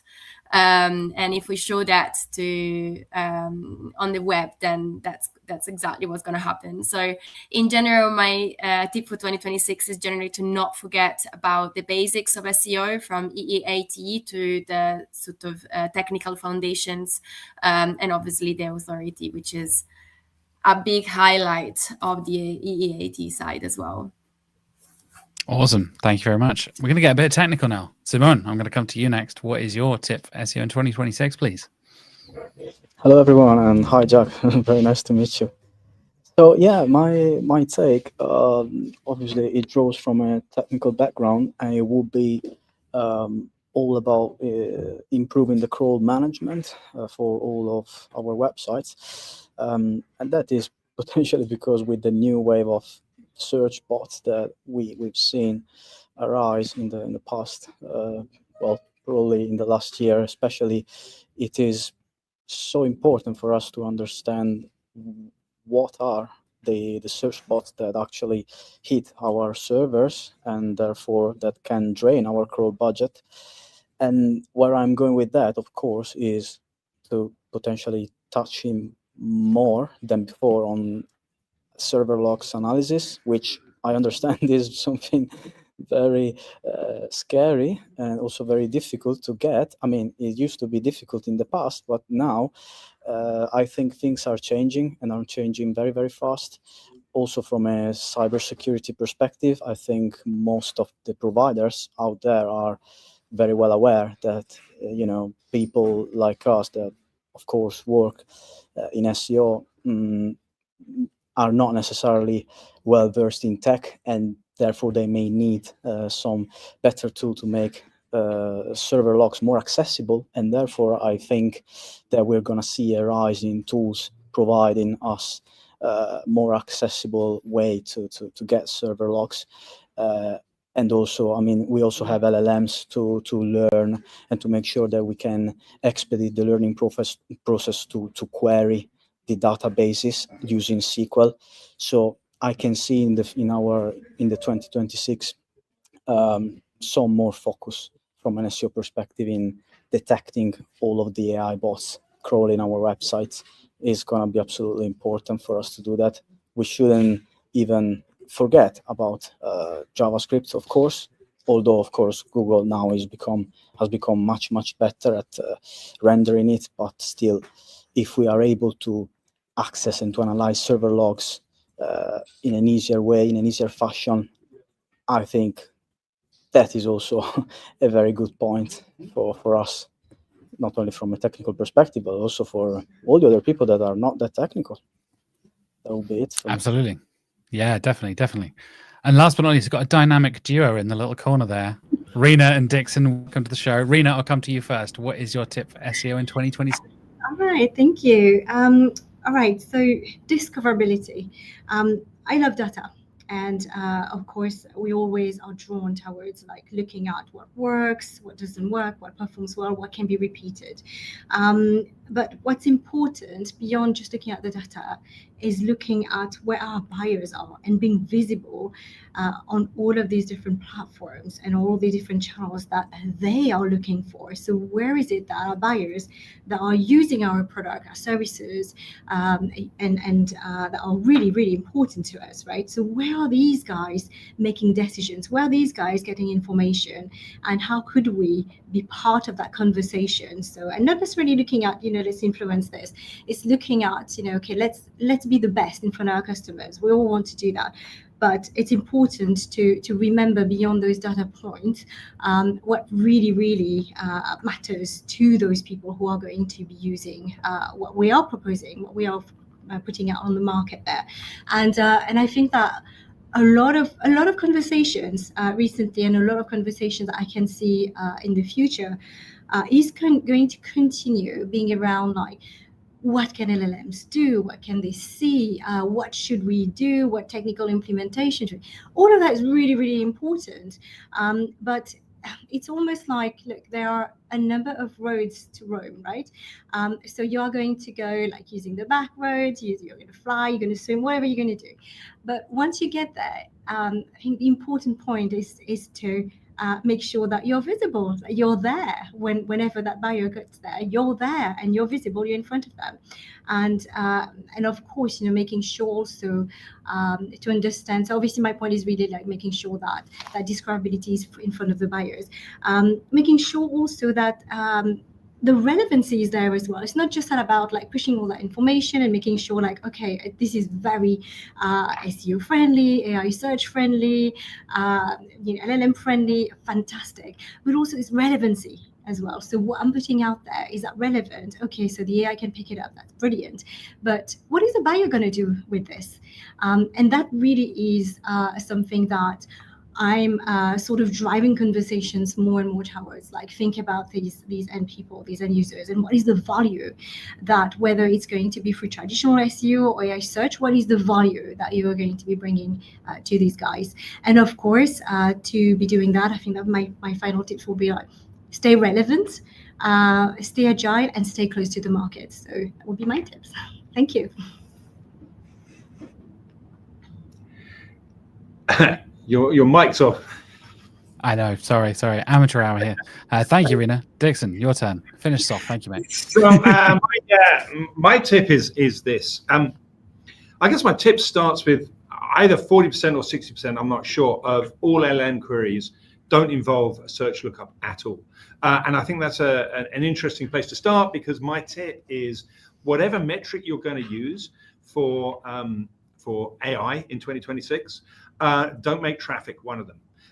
Because most people in their buying journey are making their decision based on the LLM output, not based on coming to your website. So the thing about SEO is that it was all about getting a user to come to your website, and then you could convince them to buy your product on your website. In LLMs, they're saying, what is the best, I don't know, washing machine for saving energy? It's going to do all the thinking for you. You've got your researcher going out. It's going to come back with the answers for you. You're going to go straight to the shop and buy the brand that's on the screen. So whatever you do, traffic as a metric is not the right way to measure things. Instead, try and go for accuracy of representation, and try and make sure that your arguments are coherent, and to your point, that they feed to their actual customer, not to any generic customer. And to Simone's point, the crawling, when they come to crawl pages, most of the time, if it's on the fly at the last minute, it's the LLM trying to make a decision for the user. So the crawl, really important that it picks up the right information and doesn't pull out the JavaScript on the fly because it can't on the fly or whatever. But that's not necessarily the visitor coming through. That's the indexation, even if the indexation is only for the duration of that particular search. Lovely. Yeah, I think that's a really interesting thing to think about, factor in that data side of things and not just trust all the numbers straight away and what our tools are telling us, for sure. We've got a couple of minutes left, 6-7 minutes or so. I'm going to do a very quick whip round, hopefully keep it as succinct as possible. Basically, I want you all to pick another tip that you read in the book or you've heard today on the live stream that has really resonated with you, and I'll come back around straight to you. Miriam, please. Okay, so I think that a few of you have seen my giant eyeballs going, yes, Simone is right, because and it echoes with a lot of other people. There's quite a few folks I wanted to say thank you to regarding the, hey, make up your own metrics portion of the book. But now I'm just like, no, please listen to Simone, because there's a reason. I'm not waiting for tools to come up with other, I don't know if I can swear on this, but imagine the metrics we've been served for years, okay? No Google ads, that's not a real conversion. No, you didn't just 100% contribute to this. Can we stop this? We have an opportunity now to go, okay, let's reset. Let's figure this out. What are you really telling me? Because Perplexity has been caught with their hands in the cookie jar when it comes to a lot of things. They lie. It's lies. So how about we focus on what we can actually see, measure, act upon. And as a tiny side note, there's 3 types of bots. There's the one that's going to, like train. Okay, you want to know if you're part of the training data. The second one, which is, hey, just in case, I'm going to go check out these things. And then there's the holy grail. The user is asking something so specific. I don't trust myself to hallucinate this. I'm going to go look for it. So everyone should be aware of these new layers as well, because otherwise you're going to have a rough road. Okay, I pass it on to Tom. Thanks a lot. First of all, I will give a huge shout out to David Bain that he made it happen and he does it consistently every single year. This is just like an amazing. So shout out to David and his team. You're doing a great job. I would stay with content because content is my life. And I would go with something that Greg Gifford said, to write real, authentic human experience. Because we all humans, because we have AI, we're getting lazy. I can see a drop in content quality because we are not giving our experience. We have to understand where are our superpowers and what we can give to the content. The experience is one of the things that we actually can give because AI doesn't have it. So we can't be lazy. We have to add our value inside the content. And this is the way to differentiate yourself from everybody else's regurgitated content, from the things that you're seeing. So definitely follow this. Nice. Thank you, Tom. Ramona, another tip that resonated with you, please. I resonate with what Tom said earlier, to define what good means to you, because I've been working with clients from several markets like the UK, US, Romania, and some other countries. And I've noticed that what works in one country, when you target what market, it doesn't necessarily work in another market. So you need to test and you need to define what exactly means good to your business, to your company, to measure. And yeah, that's the tip that I liked the most from today. Nice. Thank you very much. Folashad, how about a tip that you enjoyed in the book?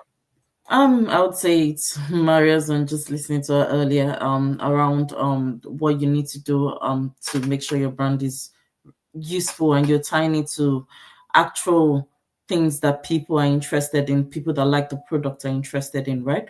And that really resonates with me. Like if you're selling luxury products, those don't be seen wearing cheap stuff. Like just make sure that you're selling your brand in the best possible way to your target customers. So yeah, that was a good one.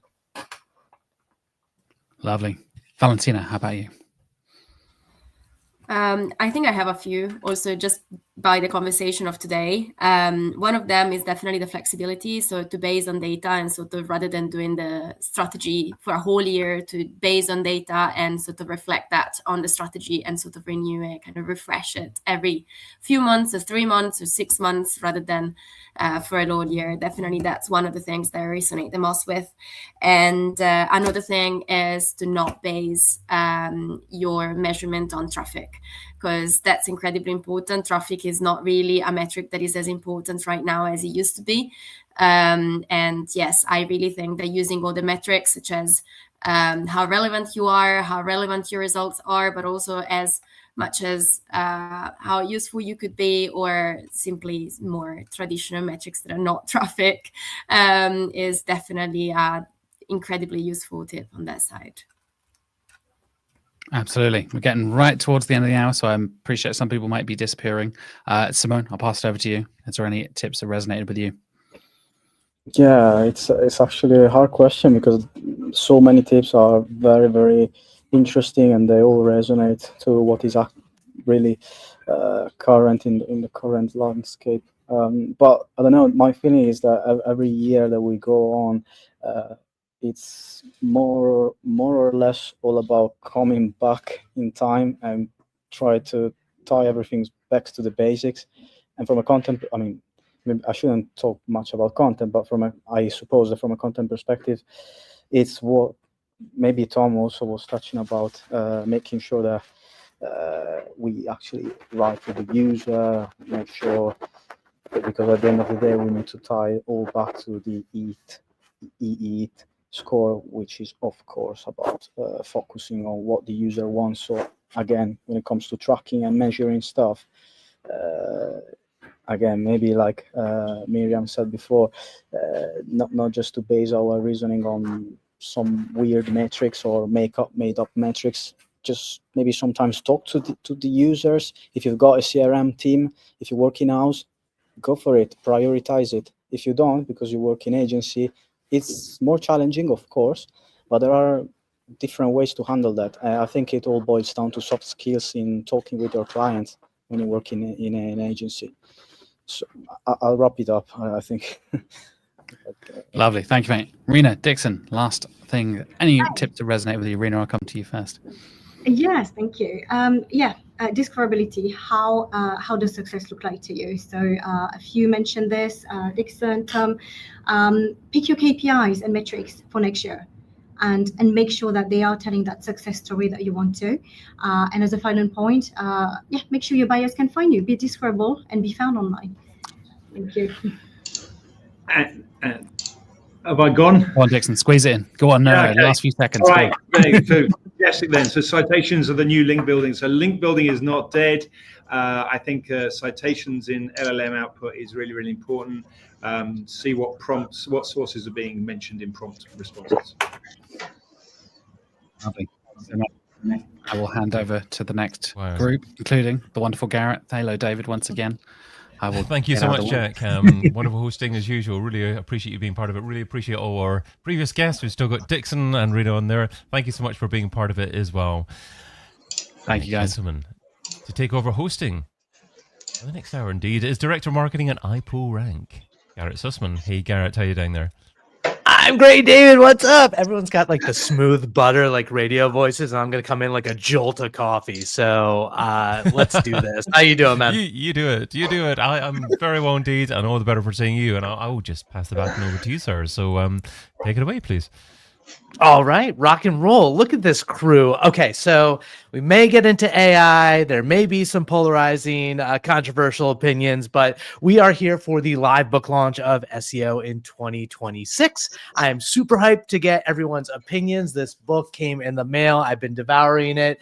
Thank goodness, like everything may or may not be outdated at this point, but super hyped to welcome this amazing crew. We've got a bunch of great people here. So let's dive in. We're gonna go around, ask these two really core questions, which are like, what is your number one SEO tip for that you shared in the SEO in 2026? So let's start it off. And John, why don't you rock it for us?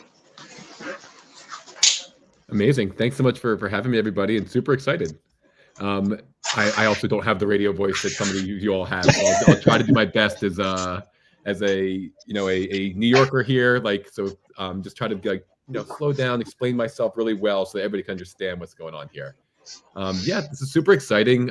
We've kind of seen so much change happening in the past year. In 2026, it's already I feel like my quote might be a little outdated already, like as you mentioned, but I really do think that this is kind of already understanding really how are brands getting discovered now in the world of AI, in the world of how search is changing. And so we're keeping a tight pulse on this for our clients, understanding what they need to be doing, how they need to be remaining visible, how they're building brands in this AI native world. And so for us, our tip was really just know your customer, know where they are and where they're finding your information, and then kind of lean into those channels even more so. And so that's really kind of what we were focusing on overall. And so it's not just like the old traditional way of SEO. It really is about brand building where your customers are, because that is going to be how you get discovered. And so for us, our more technical customers are really optimizing for, Perplexity or a ChatGPT type of search. Some of our customers are really optimizing for a really strong Reddit content strategy around kind of making sure their brand is well respected there. And we help them kind of be visible across those channels so that they are popping up when their customers are asking for them in those places. Beautiful. I mean, it is that thing we put down in paper. Anything we put down paper, ink these days is so challenging. But yeah, investing in those channels are critical. Let's dive over to Melissa. Melissa, what's up? What was your number one SEO tip for the SEO in 2026 book?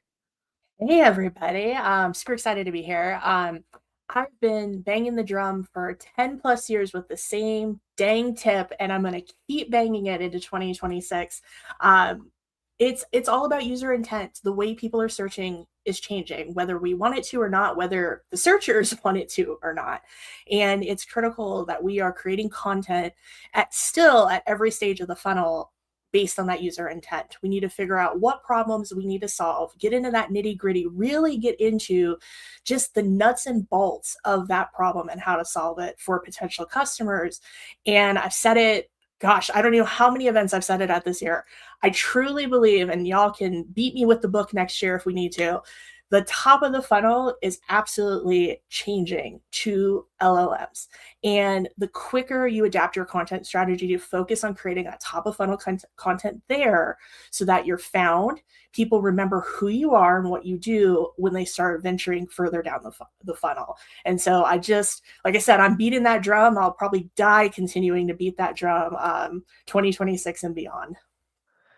I love it. I mean, it's really hard. Things are changing a lot, and it's really difficult. But you're right. Search intent. It comes down to the fundamental of why we do what we do. Okay, Mike, what do you got for us? What was your number one tip for SEO in 2026? Thanks, Gary. I'm going to say it's kind of boring, but it comes down to execution. And this has been a drum I've beaten as well over my career. Is just last thing we need is more beautiful opportunities that just aren't getting executed. And it's kind of twofold as well, not just getting the client to actually execute on things, but getting in there and getting your hands dirty as well. I find different opportunities seem to arise when you start actually doing the work and updating things and moving things forward. Yeah, I mean, it's easy to talk, and I joke about being a talking head. We're all here kind of sharing ideas, but putting things out there and publishing and having kind of the strength to do it is what's going to move the metrics in the greater scheme of things, whether it's just brand or how to do stuff or whatever. Vince, my man, I'm so excited to hear what you got. Lay it on us. Hey, what's up, guys? Yeah, my whole thing is, this AI is moving so fast. It's easy to jump on the shiny thing that people are claiming is working for them. And it's kind of like, let's take a step back and make sure we don't lose the end user, because at the end of the day, that's what is going to really move the needle. Those are the tactics that I think are gonna stay. We've seen Google pull out the rug from under us in so many different ways, and I think the people that have hung around and succeeded are the ones that have not lost sight of the end user. So yeah, kind of like a general tip, and I feel like it's something I've always tried to push. I know when my time at Siege Media, Ross Hudgens was always like, he's a big believer in that. So I have kind of carried that through the rest of my career as well. I love it. Moving the needle, making an impact, and focusing on like doing the thing. Okay, Mark Williams Cook, I'm excited to hear what you got. What was your number one tip in the SEO in 2026 book? Hello, everybody. Well, moving the needle. Let's talk about that because we all like doing that. My tip was around working out which prompts are triggering retrieval augmented generation. So separating out things that are coming from in-model answers versus things where searches are happening. Because in my experience so far, you can have a much faster impact on queries that are doing searches in the background versus ones that are like baked into the model. So there's ways you can do that. There's ways you can see which queries are actually happening, which is super, super helpful. And that all ties into that approach becoming like multi-site focus. So it's not just about ranking your site anymore, but it's about, okay, these 3-4 searches are happening, these 20 sites are coming, so we need to be visible on those. So critical to identify those places where you can actually be included versus what's just training data. Okay, Aleda Sully, so excited to see you, Aleda. What was your number one tip for the SEO in 2026 book? My tip was to become worthy of citation worthiness. I believe that one of the many reasons why we have seen the decrease in organic search traffic beyond AI, let's say, but those websites that have been highly impacted by the latest Google update is because they didn't have a clear or established unique selling proposition, their subject matter expertise, their experience, that they were not necessarily that worthy of being cited, let's say. And clearly that has become evident, even more evident and impactful in with AI search, right? It's not only about chasing popular topics for the sake of traffic, and because it's somewhat related to your industry or vertical necessarily, but it's like, are you actually an expert in this particular area or topic or product or service? And I have seen so many recommendations regarding to stop focusing on top of the funnel content, informational content, and you have a subject matter expertise in it, and you want to become citation worthy. It's important to target the full funnel, still targeting the full funnel, but in a way that is much more intentional, and while ensuring that there's a reason why you should be cited, right? And that is not only the typical EAT that is worthy to repeat here, but also because you provide a delightful web experience that is aligned and is on brand. So every time right now that there's something to be published, or there's a question, it's like, is this on brand? Is this something for which I will be cited and I am worthy to be cited for? And that is like pretty much like a litmus test right there to validate and to verify if you're doing things that are aligned and will help you not only in AI metrics or whatever, the new shiny platform, right? But also to make sure that your SEO strategy is impactful, is on brand, is aligned with the business as well. I love it. I love it. It's such a good point, and it's such the word I focus on that you mentioned that makes me think is this who's worthy, or this idea of content quality is something that we all struggle with as SEOs, and so kind of defining that authority that does not go away. And to round it out, thank you for joining us today, Gianluca Fiorelli. What is your number one tip for SEO in 2026? Well, the title of my chapter is Expand Your Understanding of Clustering. And somehow it's very close to what just has been said by Aleida. And usually we think in clustering content about a topic or a niche topic only for the informational stage. Instead, we always talk about visibility. The visibility is not only on the informational stage. We should target with our cluster all the phases of a customer journey. So that's why I always say you should cluster first in terms of topics and subtopics and so on, then recluster this content for the stage. I want to know, I want to do, I want to go, I want to buy, etc., etc., etc. But then, if you really want to win, you also know that that search, both on Google Classic and especially in LLMs, is super, super personalized. The only approach we can do, because we cannot personalize for the single person, is really rediscover the art of creating buyer persona, especially talk with the client in order for them to create them in a proper way. And doing so, you can recluster again this topical hub for buyer persona. So to identify, okay, if this content must be is going to target only one of it, let's say 3 buyer persona, or 2 or 3. So you can start understanding how to go in the micro level, so how to shape the content. This is going to be 3 different pieces of content, or one content with different chunks, for instance, in a landing page targeting the different 3 buyer persona. And then there is always the things that we always tend to think content as a textual content. So I did a 4th type of reclustering, which is about format. What is the best format? And the SERPs of Google are already suggesting what is the best format for a specific type of query.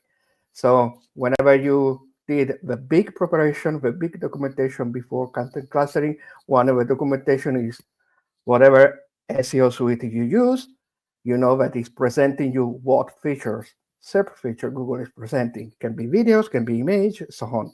So you do this kind of reclustering. So for each content, you also know what should be the best format to use for delivering this class, this content.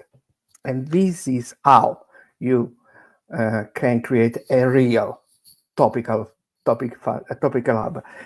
The scope of creating these topic hubs maybe is not really about traffic, because we know that traffic is shrinking, especially informational one. But the ultimate purpose is that we can become the source of truth about a specific topic.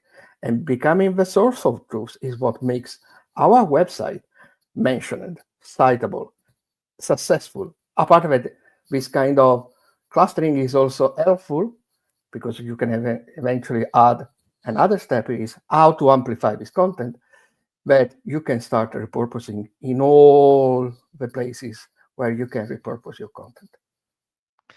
It's great advice, and really speaks to the challenge that we have in 2026, where it's so much about prioritization with these dynamic, personalized results. You want to be everything to everyone, and there's only so much time in the day and so much money that us or our clients have.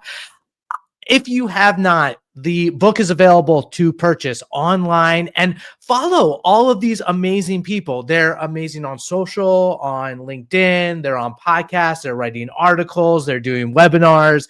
All these folks here are just creating amazing content in such a messy, weird, hard to understand time for our industry, but it's never been more fun, and a lot of positive faces here. So let's move on to the second part of this to continue to spread the love. We all have gotten our books and we've read through it.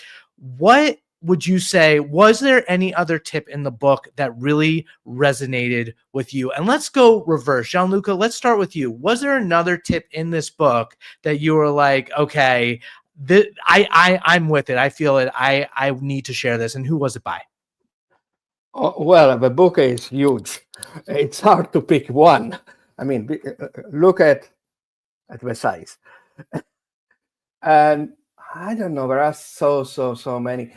I think there is one I think I saw in the wild talking about graphs. And last year, I was suggesting to start looking at agentic search. And if I was previewing something, I would say, start working on creating the knowledge graph of your web properties. And I think I'm not remember the name. I don't remember the page where it was. And it's present in this book, but substantially contains all kind of suggestions you want to follow for the incoming year. Beautiful. Thank you. Aleda, what was another tip in the book that really resonated with you? I really like the tip from Jack Chambers' work regarding diversifying your revenue streams to survive the zero-click era. Funnily enough, like those let's say publishers, especially like a sector that has been very much affected, unfortunately, because of the shift that we're seeing in AI, right? The ones that are holding strong are not only the ones that have a very well-defined unique selling proposition and a brand that stands for something very specific.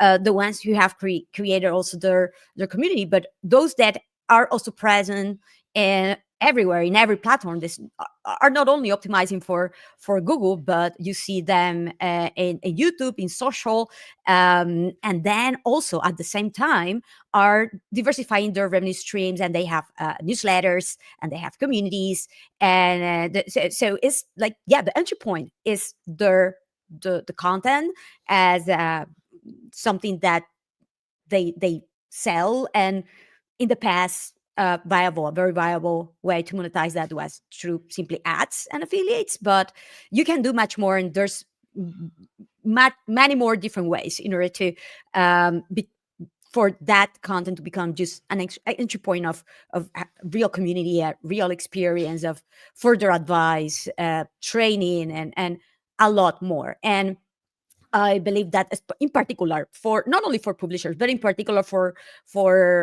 that sector that has been hit the most as well. I believe there's a lot to be learned from this new wave of creators, for example, and all of what is being offered for in a very low-hanging fruit type of way in platforms like Substacks, for example, that allow you to monetize your content and expertise in so many different ways.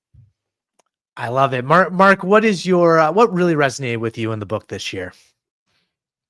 Well, quite a lot, but for me, it was the tip by Jordan Dimitrov, which was around embracing change in SEO, because I think that's one thing that ironically hasn't changed. But as we all know, and we've kind of mentioned, it's great to have opinions on stuff like AIOs. It's no secret I hate them. I think they suck. I wish they didn't exist. But in terms of embracing change, that's just my opinion. I accept that they are here. They are not going anywhere. So I need to learn to adapt and work with the reality of the situation. And there's no point in crying about how I wish it was, But related to that, it's also about this kind of getting out of your lane that you're used to being in and doing tests and breaking things and seeing, what works. So I've done, all sorts this year, like when we were playing around with which top SEO experts ChatGPT was recommending and doing really dumb, whimsical stuff to change that, playing around with cats.txt and seeing how LLMs ate that up. And I think it's one of the most exciting times for SEO at the moment, because so much is changing and there's new silly things that work that shouldn't work, but that gives you hints about other things. So while everyone's deciding, what we call it, whatever, I think it's really exciting. And I really enjoyed reading that from Jordan about, embracing the change and trying new things. And it's a really cool time as well to be part of a community like this, where everyone is kind of like, oh, I did this and this worked and this didn't work. And why does this work? Because we don't actually get it that often, because I think SEO there was stuff that changed a bit, but it's been relatively the same for quite a few years before now. So yeah, Jordan was the one for me this year. No, I'm completely with you. It's great. There's never been a better time to start a career in this industry as well, because everything is changing and so fluid. Vince, what was the tip that really resonated with you from the book this year? So I kind of had two, because they were kind of similar in the digital PR section. Surprise, surprise, coming from me. But one of them was from Eva Chang. The other one was from Charlotte Crawler. And both of them were around kind of aligning your PR efforts internally and getting everybody kind of on the same page. Eva's was specifically aligning social and your content. And the other one, Charlotte's, was traditional, digital, and brand. We had done a big study at the beginning of the year looking at how closely digital PR worked with different sections of a company, and the closest digital PR worked with was SEO, and brand was like nowhere to be found, and the PR teams were nowhere to be found. And I think we're redoing this study at the end of the year here. I'm assuming we're going to see a big difference because of this kind of, everybody's jumping on the PR train these days, and I think you are going to get a lot more out of it if everything works together. And I speak to a lot of kind of more traditional PR people these days, and there is just such a such a friction between PR and SEO. They you can't keep these two groups together on this schoolyard, or they're going to get into a fist fight, I think. So I think we got to do a better job of working together, and I think all of us could probably help in that regard as well. I love it. It's so true. It's like what's old is new. Like Mark was saying, you're saying like PR's the new PR, brand's the new brand, SEO's the new SEO. I mean, and yet it's all different and new. Mike, what do you got? What really resonated with you in the book this year? I'm really impressed that everyone read the whole book. It was a bit of a tome. I'll be honest, I just got it in the mail a couple days ago and I have not cracked it yet. But I will say what Alita was just saying about focusing on the whole funnel really resonates with me, because as you were watching informational top of funnel content just die from a click standpoint, the visibility's going up. The clients are like, I'm not making money off visibility. And it's so hard to attribute that, but it's still important, and it still positions your brand as the bigger concept around what they offer. So I'd say that's what sticks out to me the most. Love it. I'm with you on that. Melissa, how about you? You clearly read through the entire book and know detail by detail. What resonated with you this year? Oh yeah, I read the whole book. If I mean skimming it is reading the whole book. That it's on the plate to do. Skimming through and seeing friends and just colleagues in here, one of the things that stood out the most to me came from Tom Winter talking about the concept of focusing on EAT, but real EAT, and not the whole concept of fake EAT that so many people try to implement, thinking, oh, we're going to add an author bio and that's EAT. Great. Google's going to love us.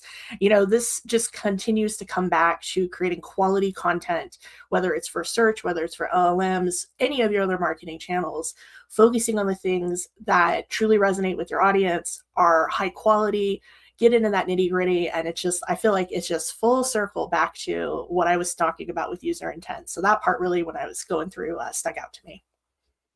There you go. Yeah. EAT is real EAT, which is one of those like actual tactics and things you can do, and yet you can't fake it. A lot of thoughts there. John, bring it home. What do you got? What really resonated in the book for you?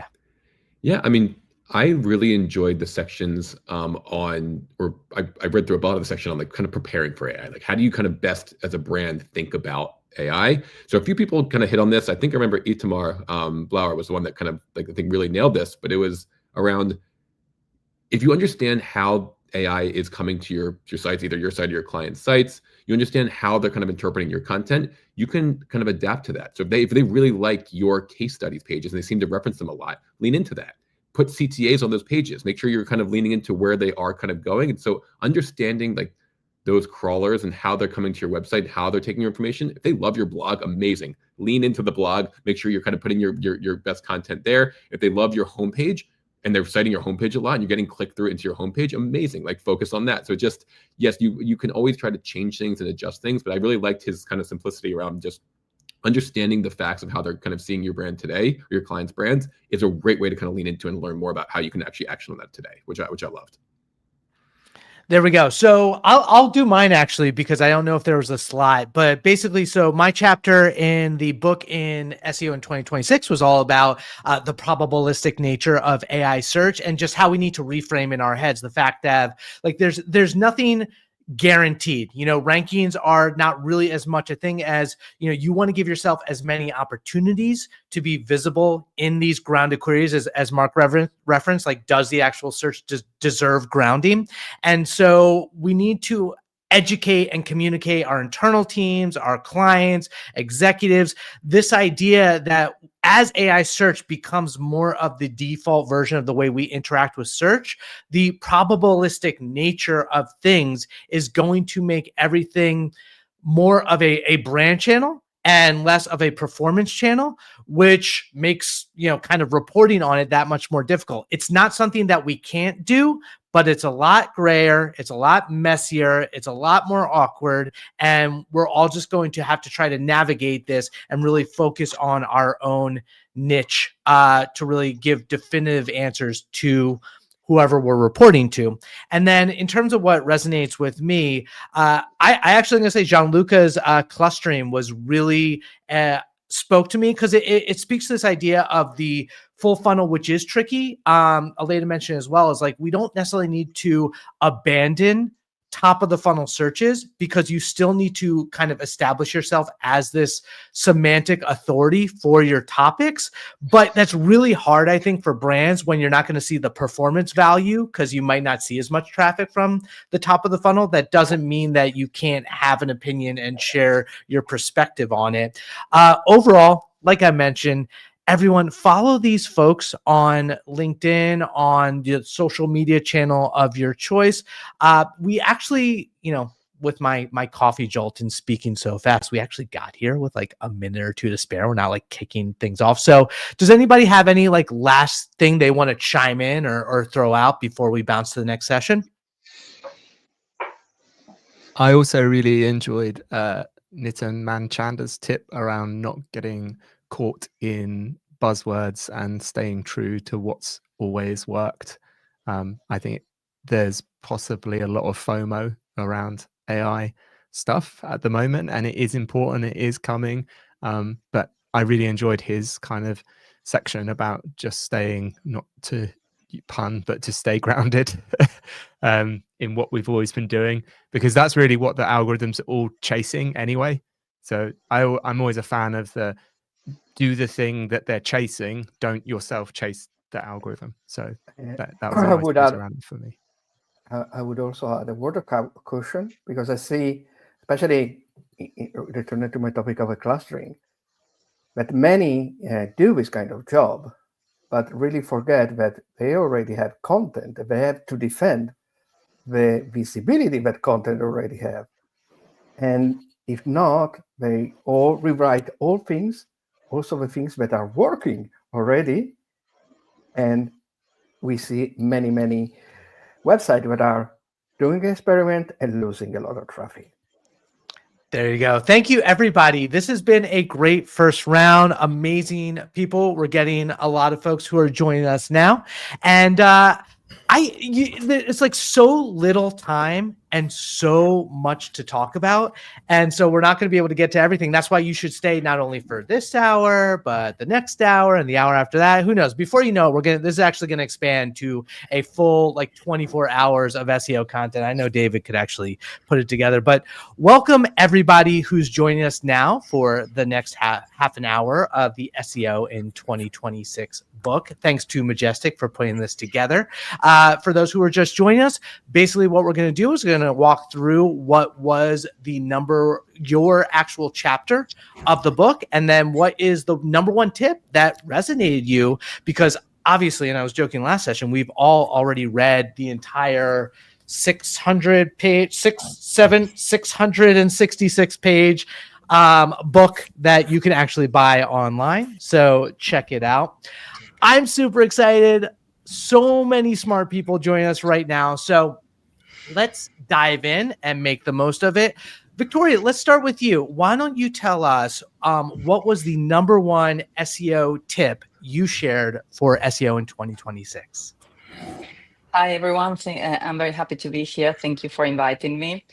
My number one tip this year was to customize AI to automate your processes. And that means that in SEO, we all have a process to do different tasks like keyword research or content outlines or the final text, FAQ optimization, NLP optimization. Each of those processes, we can automate them with AI, either with custom GPTs to make an AI-assisted process or with low-code tools if you want an end-to-end automation. That was my tip. I love it. And everyone's figuring this out. There's so many tools. It's so overwhelming. And yet it's on you to experiment and figure out what works for you within your organization. That's such a good tip, Victoria.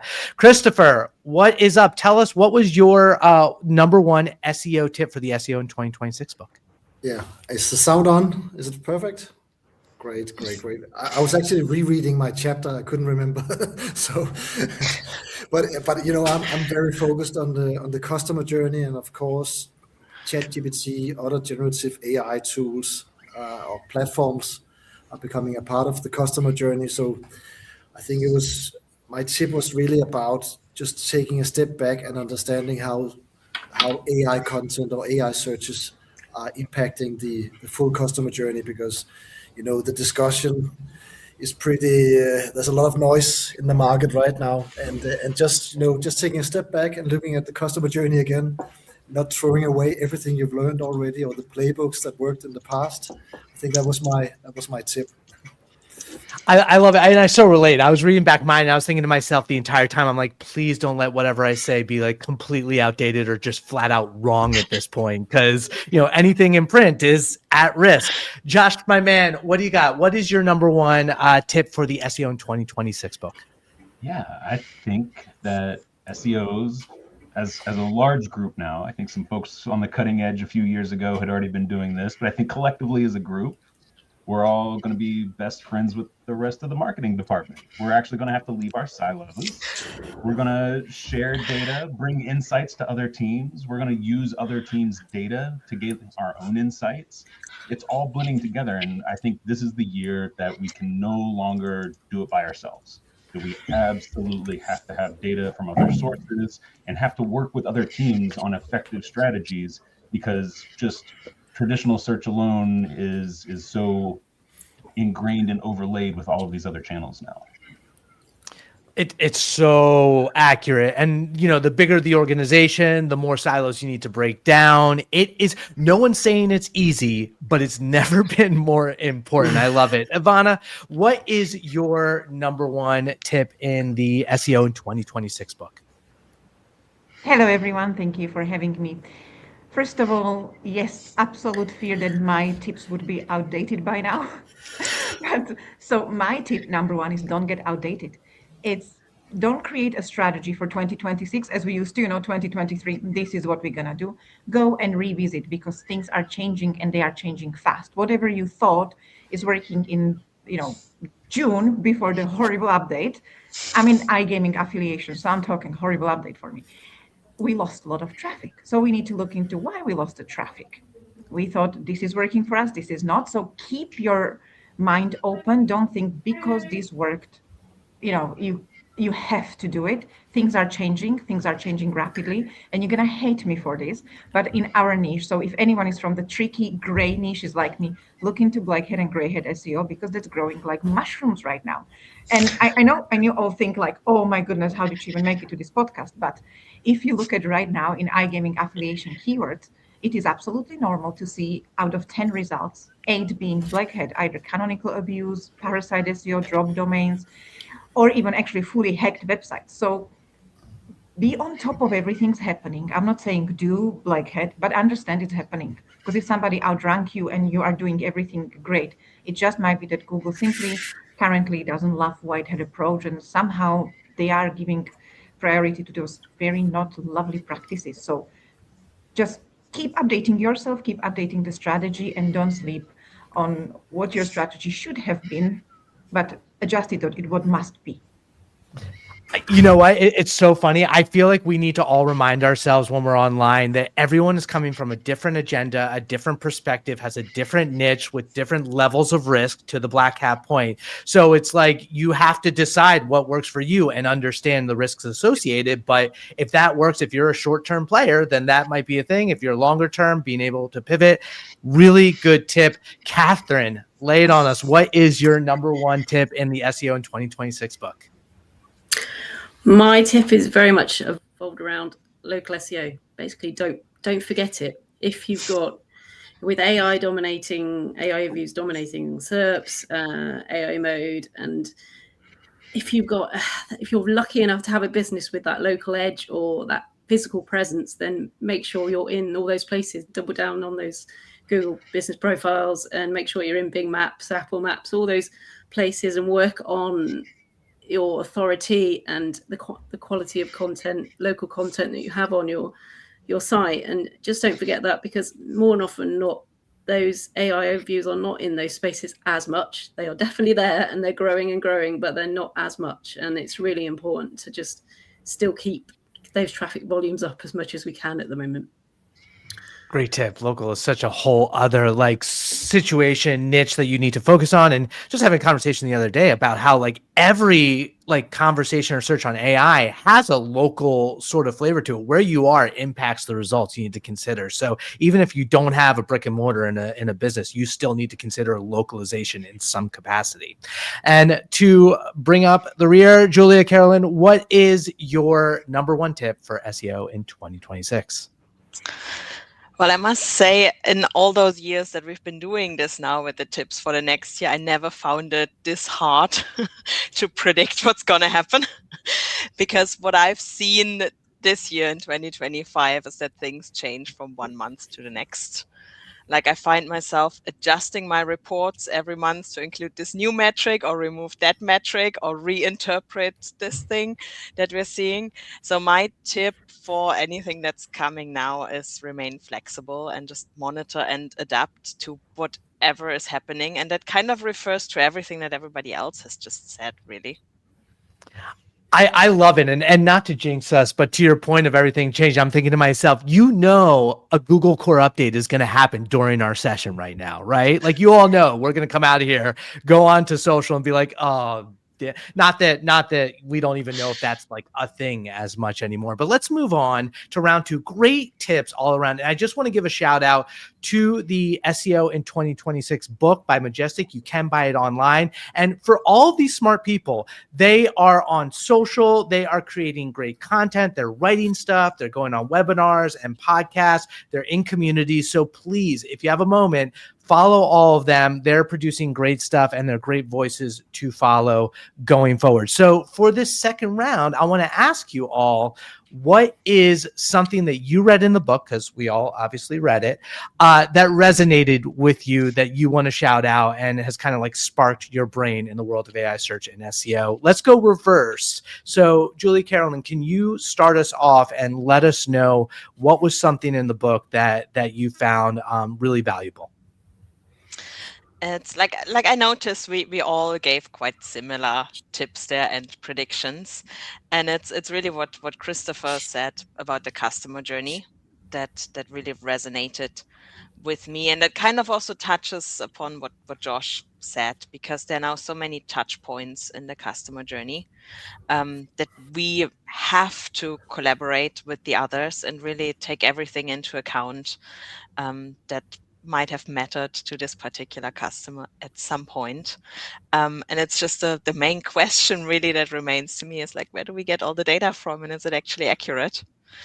But these are kind of the tips that that resonated with me the most. I love that. Yeah, speaking of the customer journey, you see all these data studies coming out, and you're like, okay, how long is this one going to be relevant before like behavior changes so much that it's just an anachronism walking? Catherine, what is the tip, or what is something that really resonated with you in the book this year? I think it's the sort of focus of not necessarily chasing for everything AI related at the moment, because we're still evolving and things are still happening and we don't quite know how it's going to play out, and just to try and keep to those little fundamentals. And I think that's an important one to not forget, really.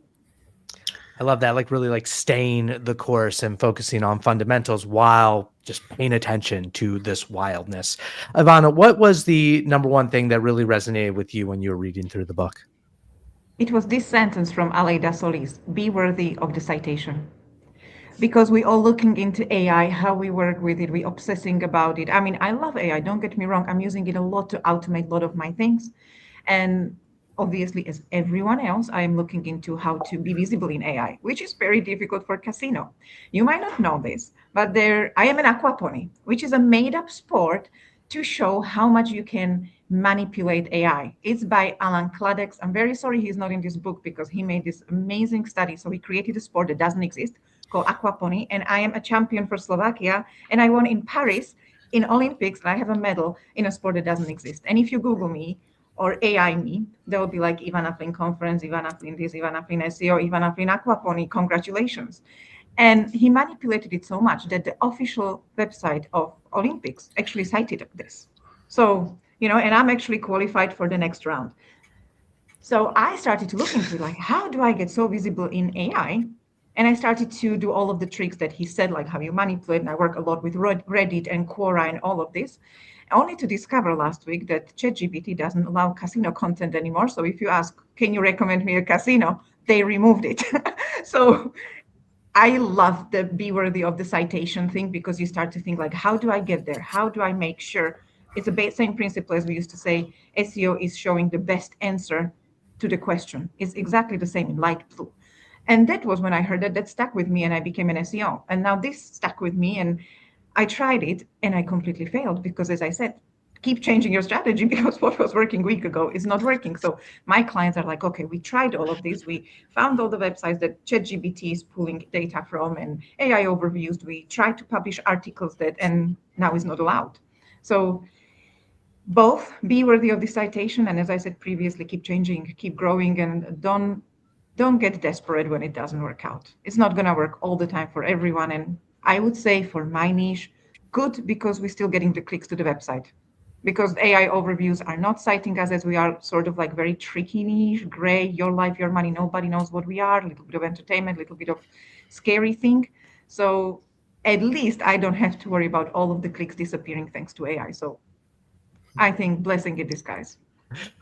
Oh my God. It is hard. It is really challenging when you're doing everything right and you're not getting rewarded for it. Oh, yes. But that's what we're all trying to navigate is making those right decisions. Josh, you obviously read through every page to page. We were up talking about it late last night about every chapter. We're like, no, but Josh, what resonated with you in the book this year? I think the thing that really hits me is the theme that runs through all of it, right? We SEOs specifically, the marketing org in general, I think is on rapidly shifting ground and shifting, day to day, week to week. There's a lot of uncertainty. And if you look in the book, the tips are sort of a balance between let's go back and rely on the things that are stable, the things that we know how to do. Let's double down on that. And then the other half is let's prepare for the future with, just like little glimmers of, well, let's change the data stories a little bit. Let's figure out how to like convey what's happening. Because I think so many of us are sort of forced to keep up with the bleeding edge of technology as it relates to AI. And even if you're not focused on AI, the downstream impacts, right? AI overviews is impacting everybody. There's no way around that, right? So you have to know a little bit about it. So to sort of see that all of everybody's tips for 2026 are in some way a response to, we've all had the rug pulled out from under us, and we're trying to gain stability again. We're trying to lean on other channels. We're trying to get better data. This is the most collaborative the SEO industry has been in years, right? We used to have our little fiefdoms of, local sat over here, and, there was that crowd, and, it's really cool to see everybody sort of pull back together again and coalesce around, well, we have a central problem that we need to address collectively. And all of these tips, you could, as an individual practitioner in-house, as an agency, read every tip in this book, implement every tip in this book, and probably come out in the green at the end of 2026, right? And I say that with fingers crossed, because we know more changes are coming. No, it's a great point. And the funny thing is, like, everyone has been, there is a lot of collaboration. At the same time, you have opposing opinions. Like, you'll go through this book and you'll see perspectives that are the complete opposite of each other. And that's absolutely okay. Everyone's coming from a different set of experiences, and we're all just trying to navigate. And to your point about, like, AI overviews and search, we all have to deal with it. Like, that is a default. You can, people aren't always putting, like, minus AI in their search queries. So we all have to deal with AI overviews front and center. Christopher, what was the number one thing that really resonated with you in the book this year? Yeah, I mean, I have to admit, I haven't received the book. I was checking some of the draft that I got. I don't know if it's in the mailbox somewhere, but I did. I mean, just on the top of it, I remember that I read something from Ben Wood about agentic automatic agents we sent out to search for us, and etc. I just think that it was just a good. It's something that the book can. It's able to, when you interview 117 people, you will get a lot of different views. You will get a lot of different ideas, and I think that's why you should buy the book, just to get a lot of different tips and ideas for yourself to move on. So it's like, okay, the next thing is probably going to be some agentic, that we all have an agent which goes out and buys our shirts or whatever. And what does it leave? Where does it leave the SEOs? So basically, a little bit in every direction, I would say is probably what I got from the book. But the agentic part I thought was very interesting. A lot of agentic this year. Whether or not it's like become mainstream is up for debate, and it feels like going into it, another thing you won't be able to avoid in some capacity. But obviously, a US experience is going to be completely different than an EU experience or the UK or other parts of the world. We're all dealing with these different challenges for our businesses or our clients differently. Victoria, why don't you bring it home and tell us what was the biggest thing that really resonated for you in the book? So I have been in Argentina for 2 months. Therefore, I haven't received the book. But I'm going to comment. I'm going to try to comment something interesting on what you were all saying. Like if I had read the book, I think that one of the main challenges for all of us is to keep updated, because there is a lot of there is information coming up every day. Studies that said opposite things all the time, and people with proven methods that say that they have already done it and they have got success. The way that I have been more successful to keep myself updated and also to implement those findings, because it's not the same as reading about how are you going to rank on LLM than creating a process and implement it in your company, right? Those are two different things. But the fastest way in which I have done this is I have trained an LLM bot, which every time I see something interesting on LLMs, on LLM optimization, I upload that content, and I have developed a framework based on different researches, different interviews, different LinkedIn posts that allow me to very quickly create a tactic or a strategy for clients based on that. The only way you're going to keep up is with AI and agentic workflows or bots or assisted workflows, however you want to call it. Or at least in my opinion, this is the only way I can do it. The tools are there, and I can show you firsthand, if you've been here for the last 20 minutes, why this is such a better experience with people than LLMs, is because we're actually all concise. We actually all said and just didn't ramble on for 20 minutes with a complete page that, you know, when you're using ChatGPT. So I do want to give anyone a chance, if they have any predictions or hot takes for 2026. We have some time to kind of talk through, what do you think is going to happen next? What are you either thinking about for your own business or your clients that you think we'll all have to deal with as consumers or SEOs next year? If anyone, feel free to chime in with your perspective. I'll happily jump in because I'm sadly full of opinions, but for me is the massive rise of black hat, gray hat tactics. In my niche, again, I'm saying is online gambling. Okay, so it's a little bit gray, it's a little bit tricky, is where the money is, so we sort of tend to abuse things. It is true, we are a little bit tricky that way. And that's what I like about it, because you keep learning. But we saw 2025 in extreme comeback of black hat strategies. And 2026, I don't think that's going to change, because now we started with the drop domains. They became like, wow, drop domains working again. Then parasite SEO is huge. And we have got companies that do nothing else but parasite SEO, and parasite SEO in any form that you can think of, from partnership to taking over a website. And now the trick with the canonicalization, when you buy an expired domain, for example, there was an example of vote-take-control-leave.org, which was the Brexit site, picked up obviously links that you would never pick up because everybody linked to a website, official website about Brexit. Then they bought the same URL, vote-take-control-leave.co.com. And that one was set on 401, and it was ranking like crazy. Why? Because they set a canonical, cross-domain canonical from the old one to the new one. And that one was ranking because the old one, was set on 401, and the new one was ranking with no SEO metrics, because this canonical trick, because the contents were exactly the same, was saying this is just a cross-domain canonical. Google is thinking, okay, cross-domain canonical, I'll give my love there. And over one night, they picked up 13,000 in Ahrefs as a visit, and it keeps growing like crazy for keywords that are impossible to touch. So for me, this is what we need to keep our eye on. And as well for European Union is looking into normalizing parasite SEO partnerships, saying that it's unfair for Google to somehow punish people that have got huge newspaper and just make partnership for living. So if this becomes true, the parasite world will become normal for us. And suddenly, what does it mean for us? It will shift the dynamics. There will be people with extreme budgets coming in. So it will be untouchable for the smaller ones. It will stop being that effective. And I don't know if normal websites will survive, like normal affiliate websites will even have a chance, because backlinks in iGaming are next to impossible.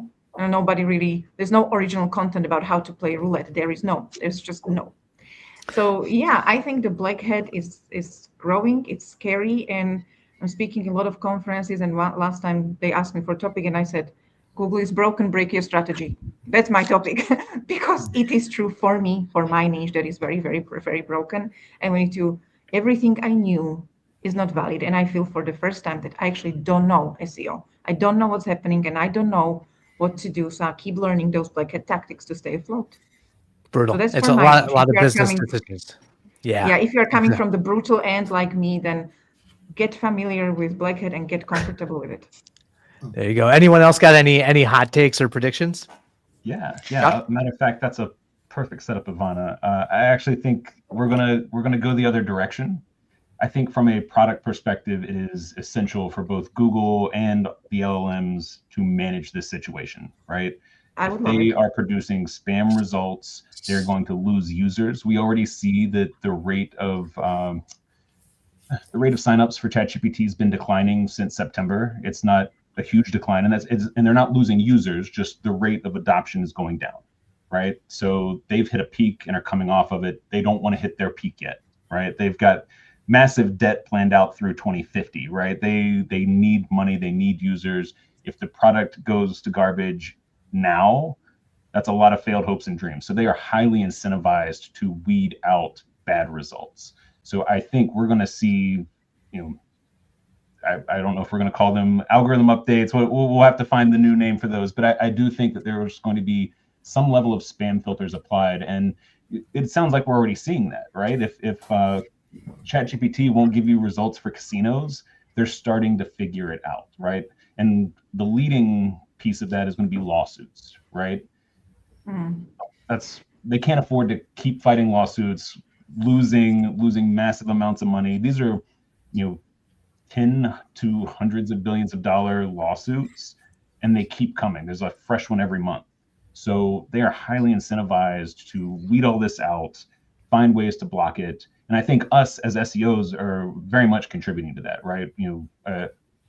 Lily Ray is my boss, and she's, quoted in magazines constantly around all of the little bugs she finds in the system, right? And tends to be specific to Google, but here's a thing that Google, this massive global platform, is doing that is incorrect, and here's how it could be hurting people. And then that becomes actual consumer news, and it's shifting the sentiment on AI, right? So they have this investment in these products that they really need to fix this problem.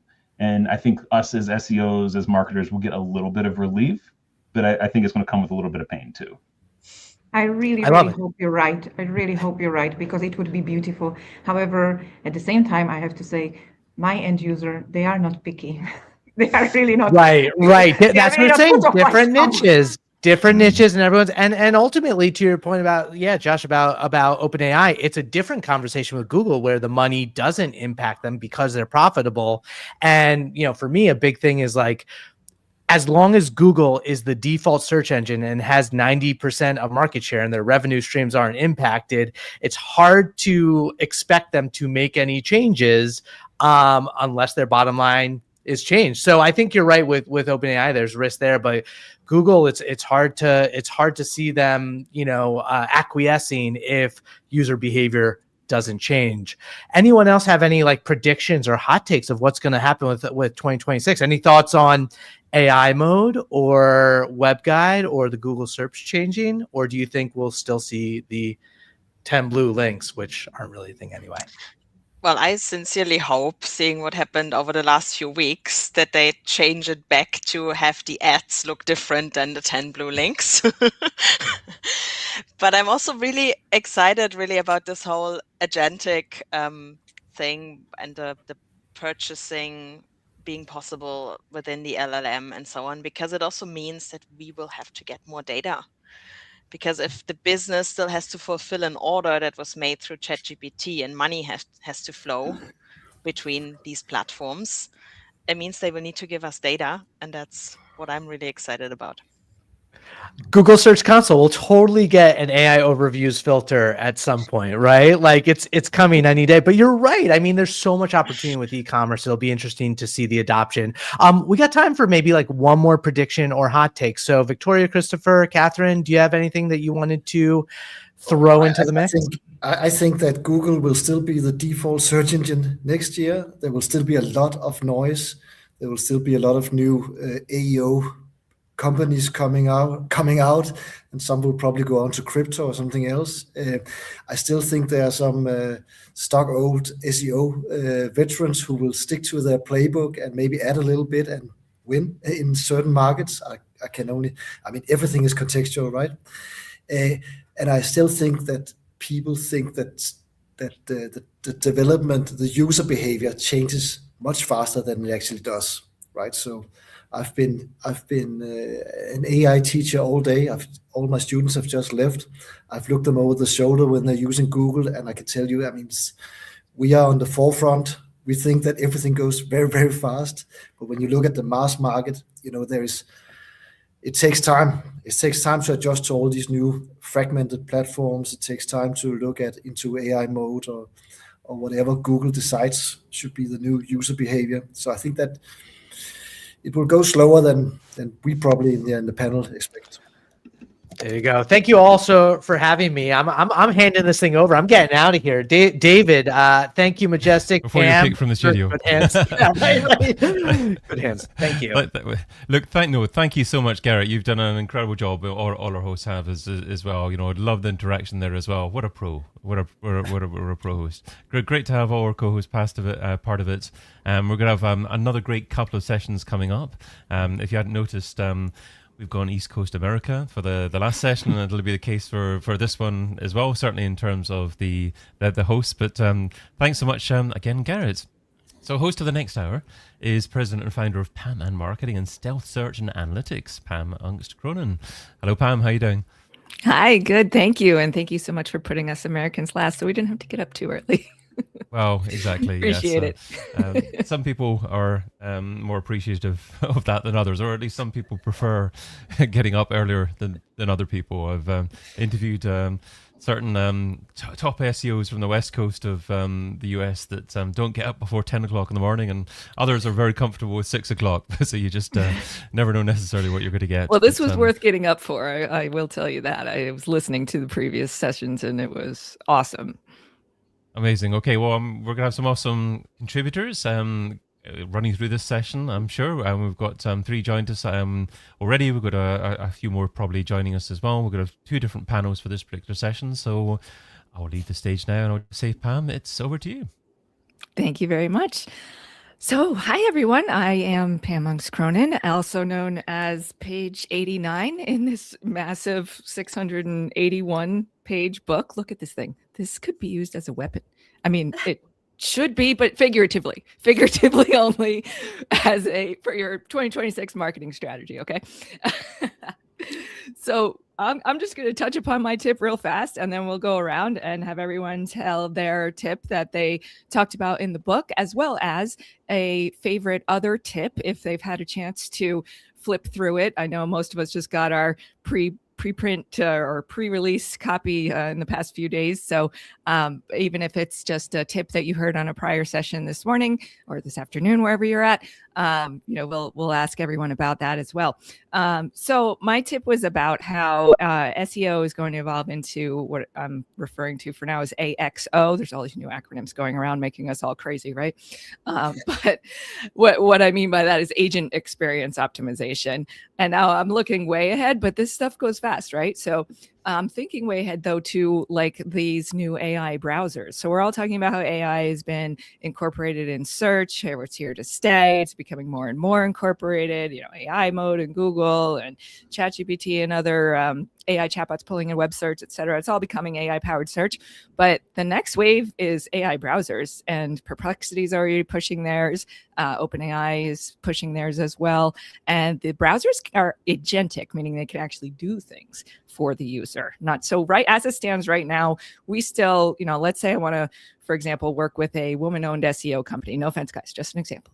And I type in woman-owned SEO company into Google, and right now I would have to click on each result and evaluate the website, read about the website, make the decision myself, or at least do the research myself. Even with the AI overview saying, here's a couple companies for you to look at, I still have to look at them, evaluate, make the decision. But these AI browsers are going to start doing that for you. And they're going to say, oh, you want a women-owned SEO agency, you got to work with either this one, or this one. And I'm going to reach out to them for you. I'm going to set up an appointment for you. Like, there will be no human going to the website anymore. I compared it to like when you want to make a doctor's appointment, you can't just call like Dr. So-and-so and be like, hey, can I see you? Can you put me on your calendar for next Wednesday? Like, you have to go through their staff. And that's kind of how I compared the future of our world is like, we're going to get to our human target audience. We're going to have to go through their staff, which will be their AI agent, likely their AI browser. So that's the futuristic idea I brought to the table. And next we will go to everyone else here. I wrote down your page numbers. I was gonna joke with you and say I'm gonna call on you by page number, so you better know your page number. But I won't give you that heart attack. But I did write them down so that all of your fans who are joining you today can get your get right to your page in the book. And by the way, the book is now available. It's on Amazon. So definitely grab it. This thing, like I said, should figuratively be used as a weapon for your 2026 marketing strategy. It is really, really good. 681 pages of knowledge bombs. So with that, I will ask if I picked up the right Post-it. Yeah, there we go. Ashley, I have you first as page 265 in the book. And if you could summarize for us what your tip was on that page. Yeah, definitely. My tip was focusing on creating content assets for different stages of a user journey. So right now we're like, we got to create content for ranking purposes. We have to now create content for LLMs. And it's like the user is, of course, supposed to be top of mind. And we're all, of course, doing that. But also we're not. If we go back to traditional content marketing, what makes content marketing work so well is when you address topics for different stages. Whether you're a B2B or B2C, you have consumers that are looking for information at different time periods in different parts of their journey as well. So instead of making it so difficult for them to find that information, create several different pillar blog posts that address each of that. Create videos with that. It's really important to kind of rethink what our content strategies should and is going to be in 2026, and to get out of the void that we've been in for so long of just checking the box of publishing to publish, and instead creating content for different stages of a user journey. Love that. And I mean, what's old is new again. I always find myself saying great, it's new. I was just saying to focus on optimizing for AI agents, but at the same time, we can't lose sight of the old, which is the human, which is still the primary decision maker in the end. So great tip. Thank you very much. We'll come back to you for your favorite other tip that you've heard thus far. But first, we will go to Chris, who is also known as page 332. Chris, tell us about your tip. Yeah, my tip was to start your own subreddit. Start a subreddit for your brand. It's a really good way to start ranking for search terms. It has a ton of benefits, both on the community management side of marketing, right? And then also, this is about SEO, on the SEO and also generative engine optimization side of things. When you look at what, for example, LLMs like to crawl, Reddit's definitely up there. It's not just ranking in Google. It's also getting cited by ChatGPT a lot when people ask about a different brand, when people want to compare products. And this is all the way from the top to the bottom of the funnel. So starting your own subreddit so that you can start to influence and control the conversation around your brand. Wow. I like that on so many levels. There was a super interesting conversation in the prior session about parasite SEO and how, taking over things, community or what's the word I'm looking for, user-generated content like that can be used in kind of a gray or a black hat way, but why not use it in a white hat way? That's so simple, yet so brilliant. So good one. Thank you for that. So we'll come back to you for your favorite other tip. But in the meantime, let's see. We have Jade. Ms. Page 656. Would you like to tell us about your tip? Yeah, I was like, I'm definitely going to go last. I'm at the end of the book, but no, I'm not going in page order. I'm just shouting out pages. My tip really falls along with Ashley's. Actually, it's time to throw best practices out the window and trust your gut and see what you can do. I got into SEO around 2016. And I was always so jealous of people who were in it in that true gold rush heyday. We're doing the craziest things just to see what works. And we don't have these very clear, the blog posts need to be this long and we need, these things in these particular spaces. And now with AI search kind of hitting the scene this year, we're back there. We can really experiment, create subreddits to do really interesting, unique things and see what works for our clients. It's a really exciting time to be in the industry. Definitely. I couldn't agree more. And I think everyone else would as well. It is that kind of it. I keep finding myself saying that in all the years I've been in SEO, this is by far the most change in the shortest amount of time. Like, it's always changing, but this has been a wild year. Like 2025 was bananas in SEO, and I can only imagine what 2026 is going to be like. So yeah, we're kind of in a new wild west era here, and it's exciting. It could be scary if you choose to think of it like that, right? But I think it can also be very exciting, like the way you're looking at it. So thank you for that. All right, so we have Nicholas. Again, I'm not going in page order, just random order, but giving you page number shout outs. Nicholas, page 32. Would you like to tell us about your tip? Hi, so 32 is almost my birthday, but it's fine.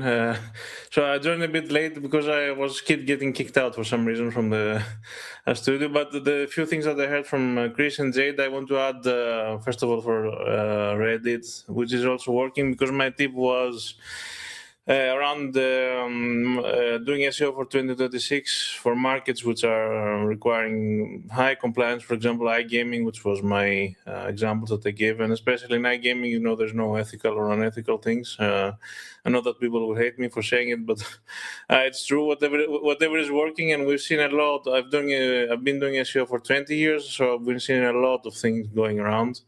And it's funny how I want to add how some things that we thought that are not working still are working. Backlinks, parasites, all these things are working. I think it's because that Google is trying too many things to see what works for them as well. So there are a lot of things that can escape. And from my side, yes, as long as we try things out that are working, we have more tools now, especially with LLMs and all the different systems that we can connect LLMs to with APIs. You just have more tools at your disposal to try things that might be or might not be ethical in a sense, in an SEO sense, not in a human sense. But so, for example, we've seen a lot of LLM manipulation, PBNs that are still working. Even to inject like the code of an LLM within the page that would trap ideally the user agent, and then would eventually start the prompt. So eventually your brand would get picked up from that prompt. So there are a lot of shady and non-shady things that are still working, such as brand PR and link building, especially in high compliant markets that we work on in Asia or in Europe, for example, in Germany. We still work a lot with PR. So some of the things which might have still work a lot. And guest posts and link building in the traditional sense are still working. So that's why some of the things are still working in SEO, in the traditional SEO sense, especially with high compliant markets, which it's harder to get into in some industries, which especially the Sin City industries, like we call them, all the iGaming, trading, Forex, adult, all these things. So you would be surprised of the things we're expecting to do next year. Yeah. That's interesting. I heard that in the last session too, and it's the new, different perspective for me. That's not something that not a world I work in, and so it's fascinating to hear about what's happening there. And not only what I got from both of you is that not only what used to work is actually still working, but like maybe even better than before. Possibly. Yeah, glad to hear that you heard it from other people. I'm not the crazy scientist trying to go back to the future, so that's a relief. But yeah, talking to other people, because I'm speaking in different events around 2026 and in 2025, so we had some similar ideas and shared a lot of opinions around that part, which are things that are still working and we didn't expect them to. So it's interesting to see what we will do next year. Definitely. All right, thank you for that. Priya, page 601 is where your tip is in the book, but can you tell us about it, please? Yeah, sure. I basically, my tip was around getting a bigger picture of your SEO for BigQuery. I mean, BigQuery is a tool which is quite underrated sometimes, and you can get a lot from BigQuery and just not rely on your search consoles and those 1,000 keywords that you have in your search console, but get it connected with BigQuery, get other data sources in into the BigQuery, the offline data sources, and all those bits, and connect those joins, because sometimes at a larger business, you work with websites and then apps and various other offline platforms, and you want to connect them up. And to target SEO, let's say, app traffics are generally user coming on your website, clicking on an app store download and going to your app. But how would you connect it that the website data was actually coming from an SEO source? Getting BigQuery into picture and connecting that web and app together gives you a lot more clearer picture than just relying on Search Console data, which is usually just web, right? So yeah, that was my tip, which was all around BigQuery, and to move out of Google Search Consoles and get BigQuery, because it opens the door to way more insights for you. So you just need to upskill yourself and keep sharing, because there is a learning curve. So don't be afraid and dive in.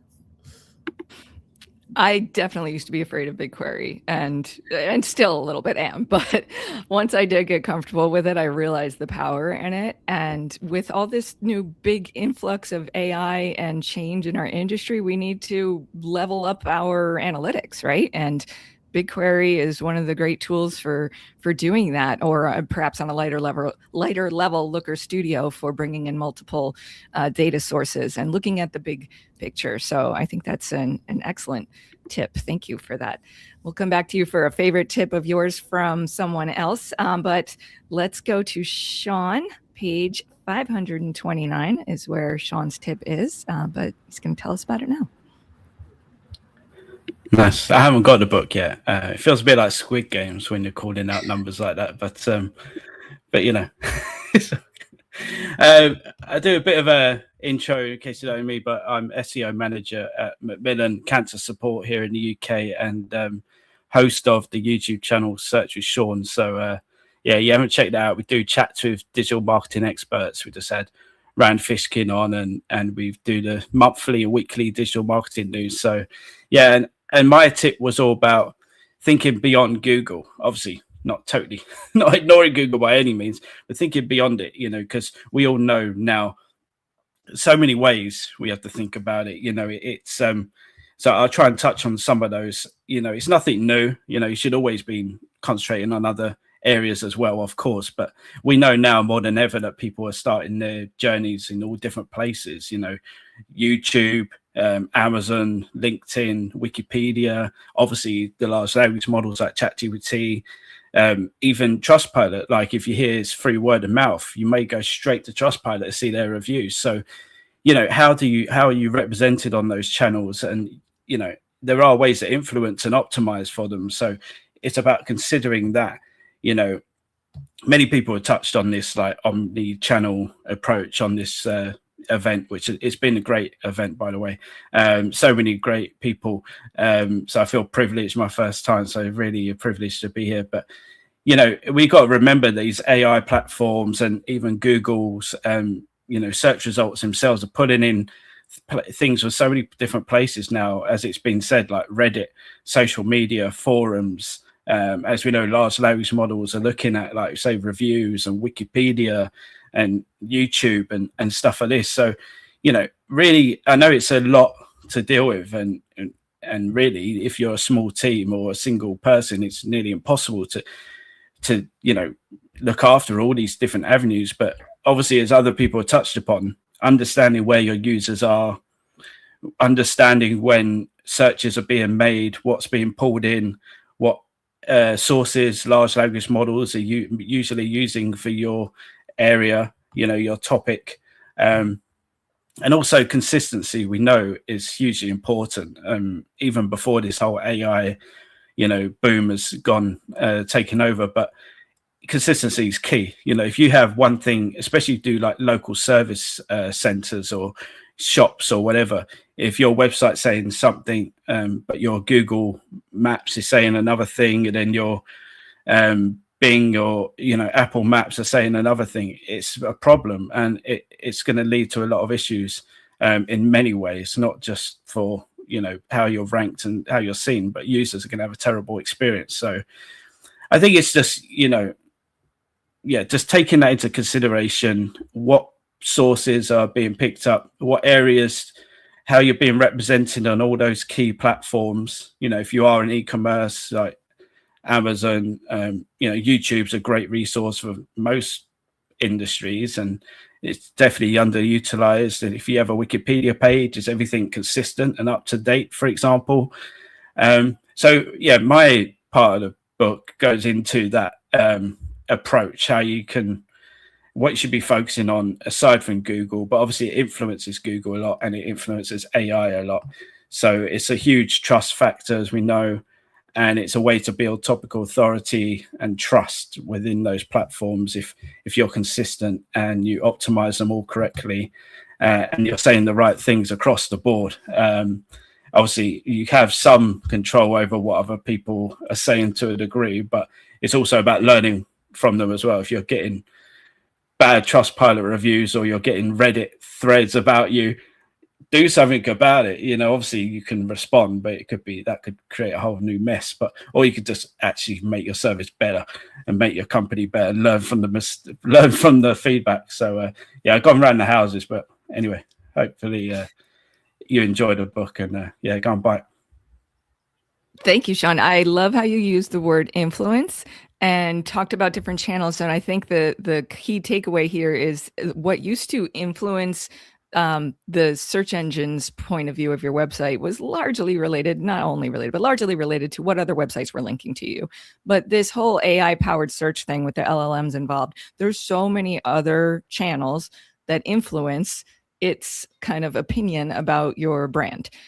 So that is an excellent point to bring into the coming year, and a running theme I've been hearing a lot of experts and clients talking about already is expanding the channels in which we're doing brand building in 2026. So excellent tip. Thank you for that. So let's come back to Chris and hear about another tip that, if you had a chance to read it or just heard on today's live stream, that really resonated with you, and why? Why did it kind of hit you that way? Yeah. So I was looking, we're on page 375, since we're doing page numbers today. So this is about writing from real, authentic human experience. We talked about user generation content already, and this is part of that. Even as we benefit from a lot of the great things that AI can do, there is still like this huge desire for really authentic content and for human verification about different things. And so I think what Greg here, I don't know Greg, but hi Greg, I like your piece. What Greg wrote here is, or said on the podcast, is really valuable to keep in mind. Yeah, I love that. That's Greg Gifford, page 375. Thank you for the page shout out. That is a huge point we keep hearing too. There's a lot of running themes in all these tips, and one of them is the authenticity, the human side of all of this AI stuff. I heard something about how the LLMs don't, whether we see this in action or not, but theoretically, the LLMs don't want to cite other LLM generated content because that's just summarized content. So it's like a game of telephone, right? By the time you tell it in a whisper around the circle, it gets distilled, it doesn't come out right. So supposedly the AI powered search wants to reference what it perceives to be real human information as opposed to other LLM summarized information. So very good stuff. Thank you. Jade, do you have another tip? I can't muted stop. myself. Another. Go ahead. I can't stop thinking about starting my own subreddit. That's all I'm wondering how I can do this for myself, and also how I can get all of my clients to do that for themselves, because clearly they need to be the one running it. But I'm fascinated. That's such a great idea. I agree. That one really hit me too. I was like, it's one of those simple things like, why have I never thought of that before? And I need to be thinking about that now, especially. So shout out to Chris, page 332 on that one. Awesome. Nicholas, how about a tip from someone else that you really liked? I think I would be persistent with the Reddit as well, because this is something we are testing. We're doing a little bit of a crash and burn tactic though, because we're setting up a lot of subreddits with bots. Just for you to know that it's also an option, and see how they perform. And usually they get penalized, and then we just start again all over. And we have a few subreddits which are clean, just to compare the results. So just to test things out. So I will give this to Chris as well for mentioning Reddit, even though I think a lot of SEOs hate Reddit right now because it's ranking for anything. But it's still an interesting channel to use. And I also want to add that it's very popular to test out other community channels like Discord or Telegram, which are also basically working on the same idea. That you build a community, you start posting, and you get links or mentions, or which is not only Reddit. I mean, we know Reddit very well, but it's also interesting to use other community channels. So yeah, I think that's an interesting topic to expand what Chris mentioned. Another shout out for Chris and for Sean too, because he Do you give mentioned any the channel medals or expansion anything as well. to Chris, or should we send him something, a box of wine or for Christmas, or yeah, something? I would love to, if we have time. All right. Well, I want to make sure we hear Priya and Sean's other favorite tips. If we have a quick second to come back around to Chris on that point about the subreddits and the bots, like whether that is actually, something you would or wouldn't recommend. But first, Priya, tell us about another tip in the book that really resonated with you. Yeah, I think it might be that not there in the book because it's just the BigQuery part, but as I said previously, that you have to get your analytics right. That is, get your web analytics right, because I've seen lots of cases where in the business and being Google Analytics being migrated from UA, there is lots of fear to learn Google Analytics 4 because it is such a shift from universal analytics, and the logic has changed. It has become a little bit complex. But if we get your channel set up in GA4, it becomes really, really easy to target your organic channels. And it's Google, right? So you would get all the benefits that you could possibly get from your analytics. So why not make use of, rather than buying tools and tools and tools and spending that amount of money, while GA4 does give you a lot of things free. I mean, BigQuery is comes with 360. It's free, actually. It doesn't come even with a paid version. So run queries and make use of it as much as you can. I'm just saying it's easy to go out and buy, tools and get that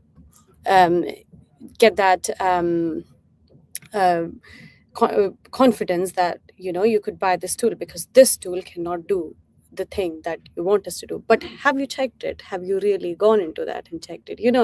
There's a very thin line between it. So I feel like it's important that we make the best use of the things that we really have, and because we're talking about SEO, it kind of makes more sense to get into that analytics and make it right at first place.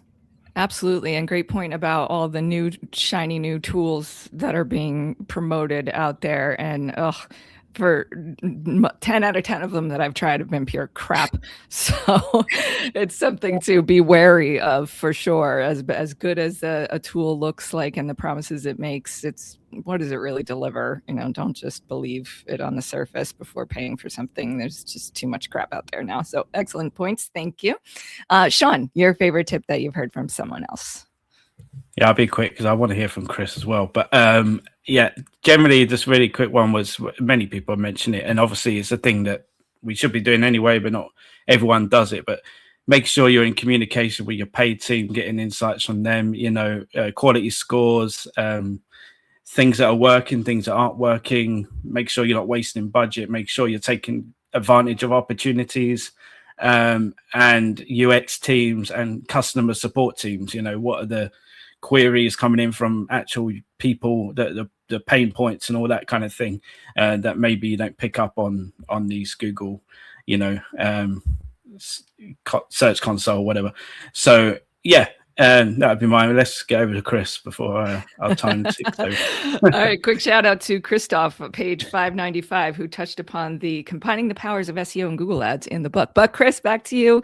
Take us out with your thoughts on your tip, creating a subreddit, with Nicholas's comments about how, oh yeah, we do that, and we do it in one white hat way and one maybe way. What do you think? You know, one thing that Nicholas mentioned that I've heard a lot from people that are doing gray hat or black hat stuff on Reddit is that it is tough to be on Reddit as a bot. They will come after you. It's really difficult. We see a lot more success from white hat methods. So really, that's what I would advise, is do it white hat. And if you want tips on that, I am the only Chris Miyabi on LinkedIn. So add me there. Okay, well, that was nice and simple. Then let's give Nicholas 1 minute to respond to that. Would you agree, disagree? What do you think? There is a lot of gray area, and this is not black and white, to be honest. But I think someone mentioned that the more crap you feed into LLMs, the more crap they will give out. So I can disagree that you will be Chris Miab, the only one in LinkedIn for you. We can say that very soon if you want to prove you wrong. It's not so Careful hard what to you get say in front of Nicholas. Oh no. We can make you, I don't know, the champion of an Olympic game if you want, whatever was your dream as a kid. So I think it's easy to manipulate things right now because it's still at an early stage. So some things are working. Yes, I agree that generally bots are targeted, but some things are working still. So it's not always they work until they don't. So that's my that's my comment, I guess. Wow, valid points all around, indeed. And I love that Olympic sport example that was given on the last session. I hadn't heard that before, and I wrote it down. Now I lost my post-it. Whatever, it was aquapony or something, was like a fake aquapony, yeah. aquapony, fake sport that somebody made up and wrote about, and now the AIs will actually tell you about it. And We're pretty involved very closely in this project with it because it's a friend of mine here in Prague where we live together. And I remember this because everyone who asked how to do it, basically we made them champion of aquapony after a few months. So that's if you're awesome. interested to win in aquapony, I know the guy who does it. So that's it's funny, but it's also a testament to how much manipulation can still happen out there. exactly. And you know, it's No. not all black and white, for sure. Yeah. Well, thank you, Nicholas. Thank you, everyone else that was just on the prior session. Excellent insights. Please go follow all those awesome folks on their socials. And now we're going to bring in a new group of people for some more knowledge drops from this massive SEO in 2026 book, which I joked on the last session could be used as a weapon, but should be only figuratively. Just attack your 2026 marketing strategy armed with this amazing piece of just collection of knowledge. It's available on Amazon now. And what we're going to do in this last half hour of this amazing live stream is talk to this lovely group coming in about their tips. I wrote down people's page numbers. I was going to joke that I'm going to call on you by page number and you better know your page number, but I'm not going to do that to you. I wrote down page numbers so people can find you in the book when they get it. And but in no particular order, we'll go around and ask everyone about their tip that they wrote about in the book. And then we'll go back around again and ask everyone about another tip that if you've had a chance to read, or if you've just heard on the live stream today, another tip from someone else that resonated with you. But starting with your own tips, let's go to Ahmed. Page 392 is where your tip can be found, but tell us about it now. Hi, I'm Ahmed Boule, and I run a digital marketing agency in the UK. So my tip for 2026 is humanizing the AI experience. Now, AI is everywhere. And what my tip is, and in my experience, what we've seen across so many different brands and companies, is use AI, but humanize the experience either before, after, or throughout. What AI does is use what's already out there on the internet. So if you're running a brand and you use AI to do everything, it's the same as everyone else. One thing we've seen in my experience is Google loves more human information. Let's take content, for example. So you have, say, an online pharmacy website. You could use AI to write everything for the website. Now, in my experience, we've seen search engines penalize websites using just AI. So the way to tackle this is humanize the AI, whether this is feeding information into AI first and using this information, or using AI to get the information and then humanizing the experience. Now, this goes through all levels of SEO, whether it's content writing, keyword research, or any other aspect. And that's mainly my tip for 2026. Humanize the experience. Don't just rely on AI on itself. You have to use that experience you have. And yeah, that's what I give.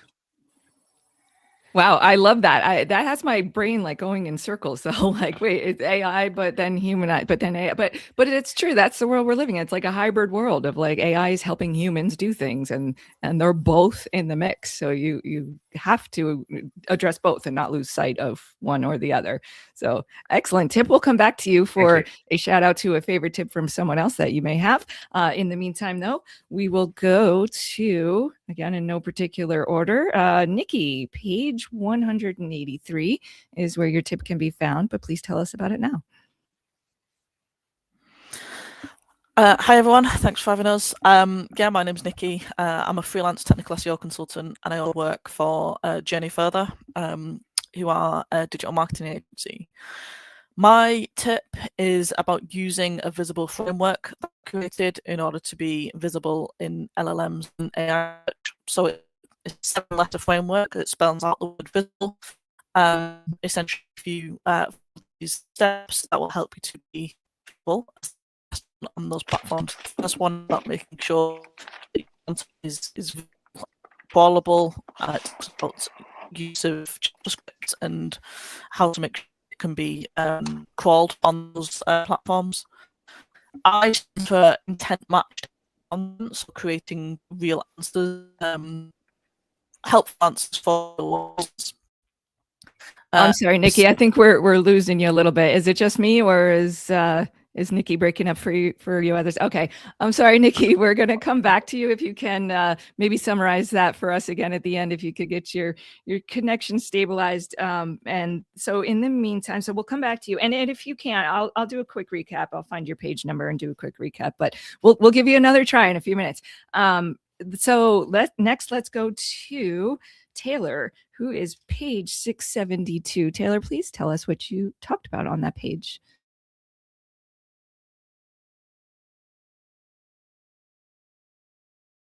Oh no, are we batting 1,000 here? I'm starting to think it's me because nope, he's totally frozen. Okay, take 3. Let's go to. I'm sorry if it's Cassie or Casey. Please let me know which one it is. And you are page 247. Please try to tell us about your tip. It is Casey. Let's hope this works. Maybe third time's the charm here. My name is Casey Gillette. I'm the Senior Director of Member Sponsor Marketing at the L Suite. And I've been doing content marketing a really long time. And so, and thinking about, how it applies to SEO as we're moving this crazy life we're living in, especially in 2026, my focus and my tip was really around this idea that, search has inherently changed, right? And the broad content that we used to write just isn't going to work anymore. So I liked what Ahmed was saying about, like humanize the AI, right? And so as we're thinking about our content and what's going to resonate, my tip is to really understand your ICP and to go to that second level of questioning, right? Because when we think about our content strategy and we think about how we used to do SEO, so much of it was about keywords and writing and getting into that number one spot. Well, that number one spot might not matter anymore, right? That higher level content doesn't matter anymore. So really thinking about what are those second level questions that your ICP wants to know, that they're looking for. More importantly, what are those questions that AI isn't answering, right? That isn't being captured in those AI overviews. That I think is really going to be the key to success as you think about your content strategy and targeting, like what your keyword strategy actually looks like in 2026. I love that. I find myself talking about that a lot, is looking for those low-hanging fruit opportunities where there's a key point that the AI is missing, and you can be that key point. Now, just real quick, ICP is not an acronym I'm personally familiar with. I know we love our acronyms in this industry, so please just quickly clarify for us what you mean by that. Your ideal customer profile, right? Ideal so customer like profile, got it. Years we talked about personas. It's always something new and fancy. The shiny new one is ICP. Got it. Love it. Okay, thank you. All right. Danny, you are page 150 in the book. Can you tell us about what you talk about there? Yes, of course. I'm Dani Leitner. I'm an independent Swiss SEO consultant. And my tip is about that you should clean up your online presence, because the AI is actually digging really deep in the internet and can bring up anything. And maybe anything is not what you wanted to bring up. And we did a lot of link building. We did a lot of guest article writing in the last 15 years. And maybe there's something you can't even remember there that you really should clean up. Interesting. I like that. It makes me think of the term digital cobwebs.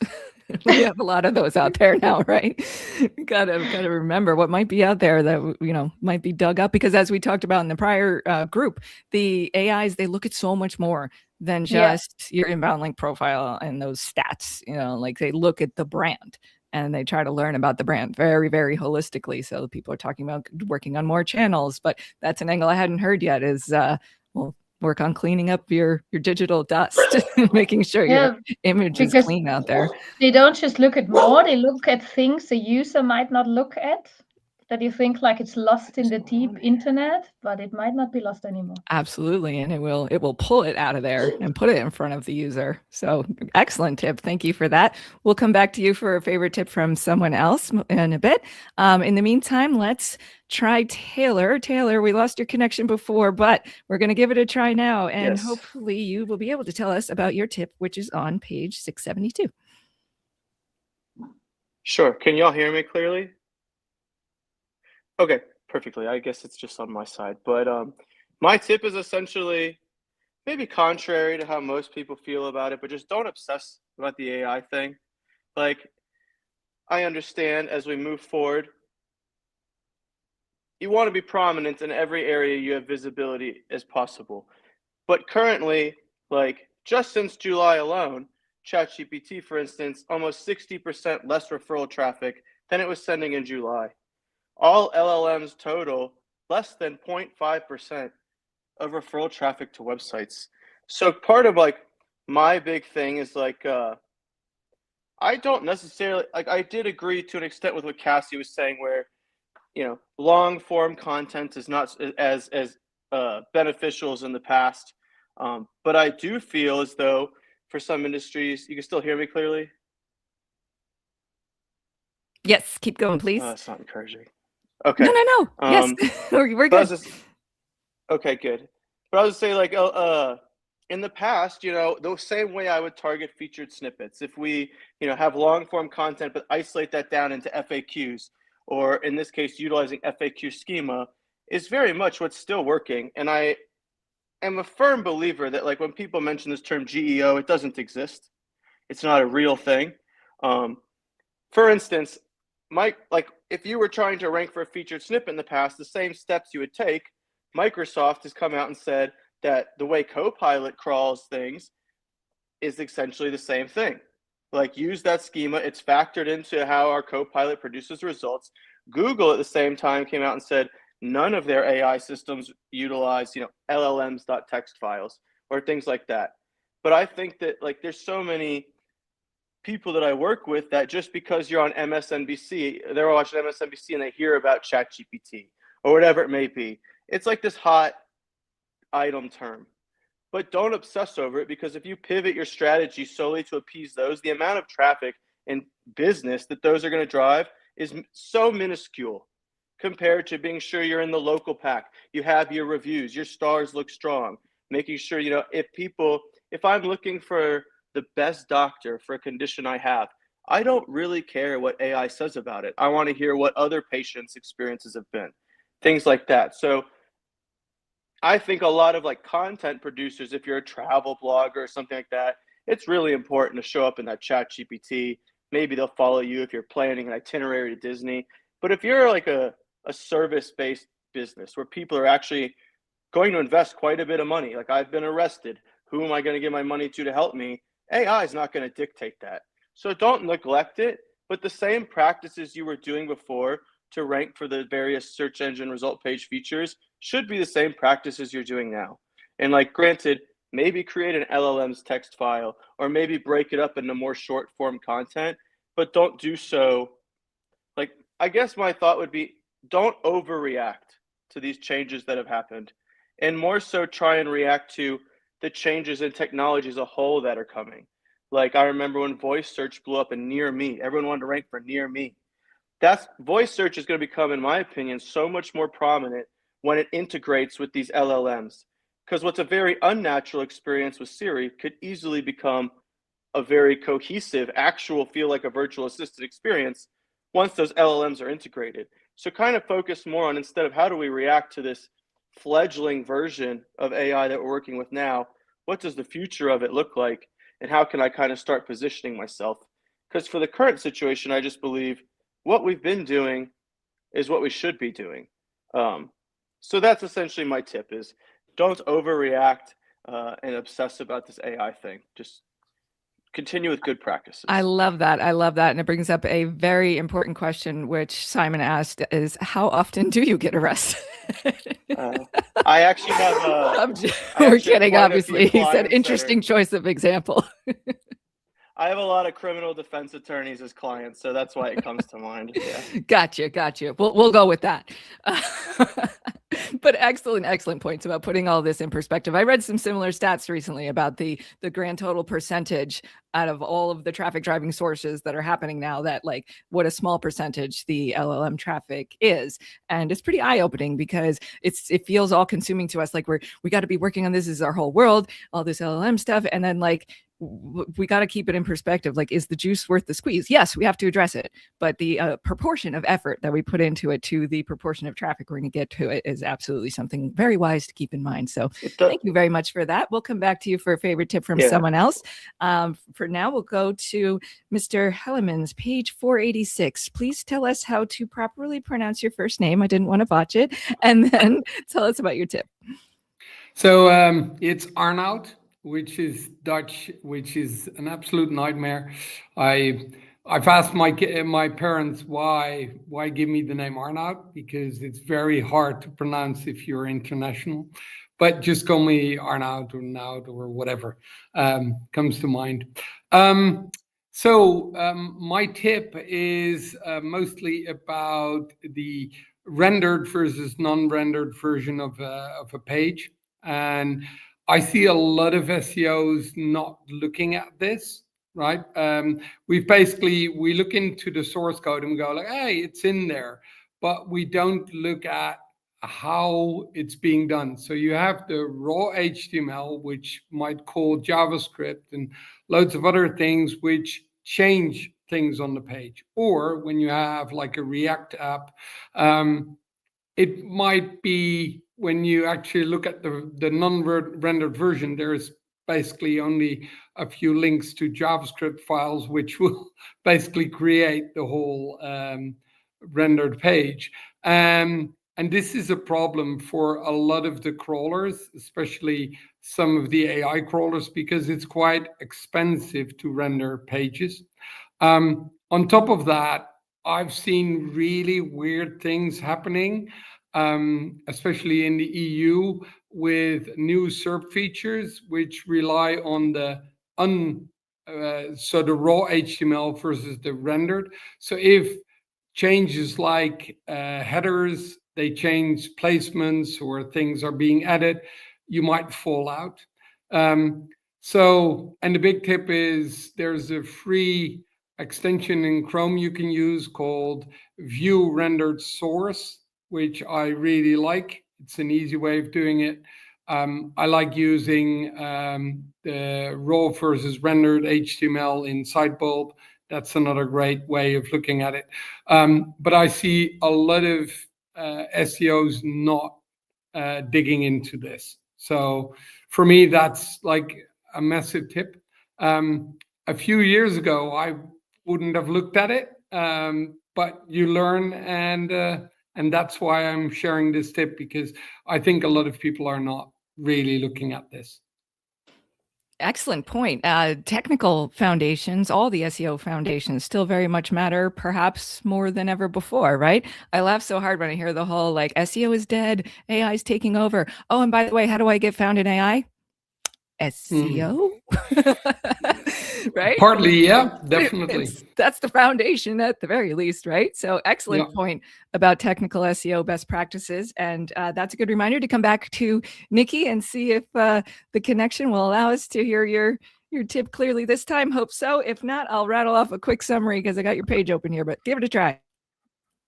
I hope so, because I can hear you. How we're sounding. So far, so good. Hope it lasts. We'll keep everything crossed. My tip follows on quite nicely from what both Arnaud and Taylor have been saying, because I built a framework to help everybody to be visible in LLM and AI search, but ultimately it comes back to just do good SEO. So the first one is about making sure your content is visible and crawlable. The second one is making sure that it's intent matched. S stands for structured data and semantic HTML. I is about creating informational hubs and expertise. B is brand authority and mentions. L is leveraging first-party insight. And the E is about evaluating your AI exposure. So we're not trying to rewrite the rules here. If you're doing good SEO and you have everything set up and you're working with the right people and doing the right things, which hopefully we all are, that is ultimately how you be visible on AI platforms. It's good SEO, exactly as Arnaud was saying. I love that, and I think that you're coming up with your own kind of branded framework is actually one of the most recommended things that I hear going around now about, because branding your brand is becoming more important than ever, right? And creating some kind of a custom framework like that you talk about and you promote can become a known thing to the AIs and the LLMs and when people search. So everyone definitely check out more about Nikki's visible framework on page 183. Thank you so much for that. I'll stick with you for a second. We'll go, I guess, kind of reverse order on with the 9 minutes that we have left. Everyone try to rattle off a little bit about one other tip from some other contributor that you found really impactful. So Nikki, we'll stick with you. Yeah, cool. So my well, there's so many to choose from, right? There's like hundreds of people that we could have picked, but I actually really liked Miriam's tip, Miriam Jessia. I think she's on page 339, but I could be wrong. But her tip was about ensuring that machines can see the information about your product. She's talking about using multimodal search and how we can use that for, physical, tangible products, but how you can also apply that if you're a service-based business, such as a plumber. So how can you make sure that, multimodal search and query fan out and all those sorts of things are able to understand what you do so that you can show up for customers. Love that. It is 3:51. I just found Miriam Jessier. Make sure machines truly see your brand and your product. So excellent shout out on that one. All right. So I guess we'll continue in reverse order. Arnaud, will you please tell us one that you liked from someone else? Yeah, I really like the one from Dani, and I think Casper is saying a similar thing, which is about cleaning up the web, or at least make it consistent, because I see so many things that are inconsistent all around, right? And I think especially with LLMs and also the AI overviews and stuff, it's all about consistency. And otherwise, you can shout whatever you want about yourself, but if the web says something else, you are something else, right? And if it's not consistent, it basically will come up, make something up, or show the wrong things. And I've seen so many companies and so many businesses not doing this, right? Their postal address is wrong, and they haven't updated anything. They're it's all around. And when you literally just look at what people are saying about you, but just Googling your brand and looking at where you come up, or your personal brand for that matter, right? So I think that becomes even more important. And I also feel that the context on where you're named or where your brand pops up is way, way bigger in the future, especially. And the old school, just put a link here and we'll be good, is pretty much out the door. Indeed. Yeah. So shout out to Danny for her tip on page 150, which is tidy up your online presence for the eyes of AI. I like the Yeah. alliteration there, the eyes of AI. Yeah, and Kasper as well. Kasper Szymanski says something similar. Awesome. Okay, thank you. Taylor, please tell us about another tip that resonated with you from someone else. Uh-oh, is Taylor stuck again? I think Taylor's stuck again. Taylor? Oh, you're moving now. Can you like raise your hand if you can hear me? Like everybody Yes, talking good. is just crazy sounding. Okay, as long as you can hear me.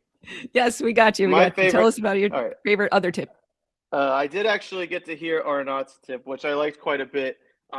I've forever been a stickler for page speed. Like, just Google doesn't tell you a ton. So if we know about core web vitals, if we know about page speed benchmarks, like I'm all about that non-rendered version of the page, digging through the source code, like minimizing the crawl requests, minimizing the file size, and just, I mean, it's so helpful from just, is this website even tracking properly, all the way to, is it as performing as efficiently as we possibly could, providing the best user experience. So as someone that I feel like is constantly nagging my clients about, like, we could shave, you know, a millisecond here and a millisecond there, I very much appreciated what Arnaud had to say.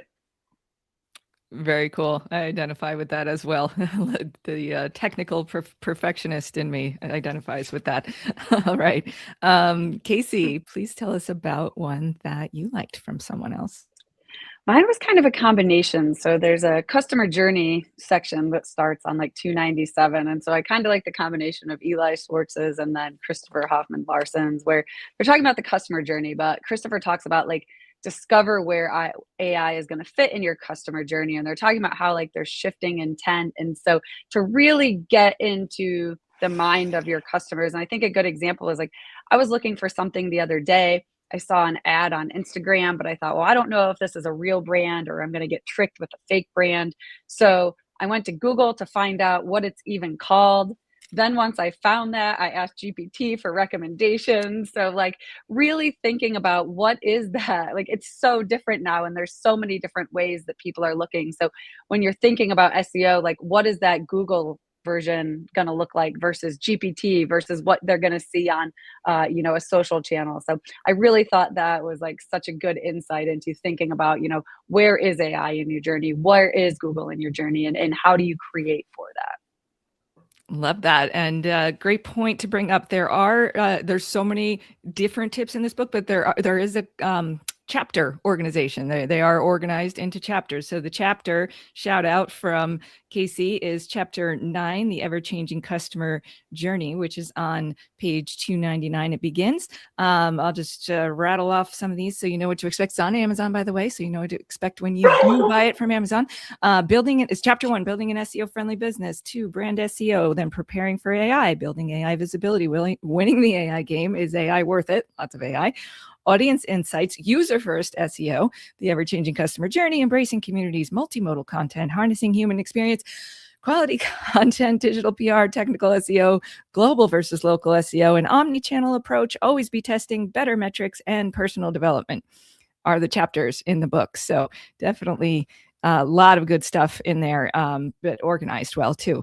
Okay, so Danny, did I come back to you? I'm sorry, I'm losing my track of my reverse order. So I think you're up. Maybe, but just go ahead if you didn't already. Someone else is. No, I didn't so far. Well, first of all, I didn't get the book so far, so I didn't read through every tip because I love to read in paper. But I was scanning through the document, and I actually really loved a tip that was right after mine from Rose Tarot. I hope I pronounce her name well. And she's talking about optimizing your AI shadow, and I really like the name AI shadow that she gives to like the first thing an AI tells your customer about you and about your company. And she says you really should check what it's saying, even for different topics, and you should correct it if you don't like what it's saying. I actually like what they are saying about me, so I'm really happy I did a good job. But if you don't, you should check that. Absolutely. Yes. I just checked on my own recently, and I luckily also was happy. So there's that. But definitely good thing to check. So shout out to Rose Tarot from page 156 on Optimize Your AI Shadow. Ahmed, please take us out with your favorite tip from someone else. Do you know, there's so many good tips in the book. I mean, incredible amount of knowledge in there. One tip that I really liked was from Rena Borden with regards to staying agile. The world is moving so fast, especially in the SEO industry. Things are moving so fast. You have to be agile. You have to be flexible. You have to be ready to change and just change the way you do things. And like traditionally, you would stuff keywords and build a bit of backlinks and things would work. But now there's so many things to think about. You have to stay. You just have to be flexible. There's one more thing I'll mention is I was at Brighton SEO last year, and one of the best parts of Brighton SEO was the panels, listening to the experts talk with their experience, which you can't put a price on. And this book is full of knowledge you will not find anywhere else on the planet. You can't read this anywhere else. You can't watch videos. You go into the minds of the experts in every industry. And I think, yeah. Awesome way to put the exclamation point at the end as to why everybody needs to get this amazing book. That tip, by the way, Rena, is make yourself discoverable and stay agile, page 661.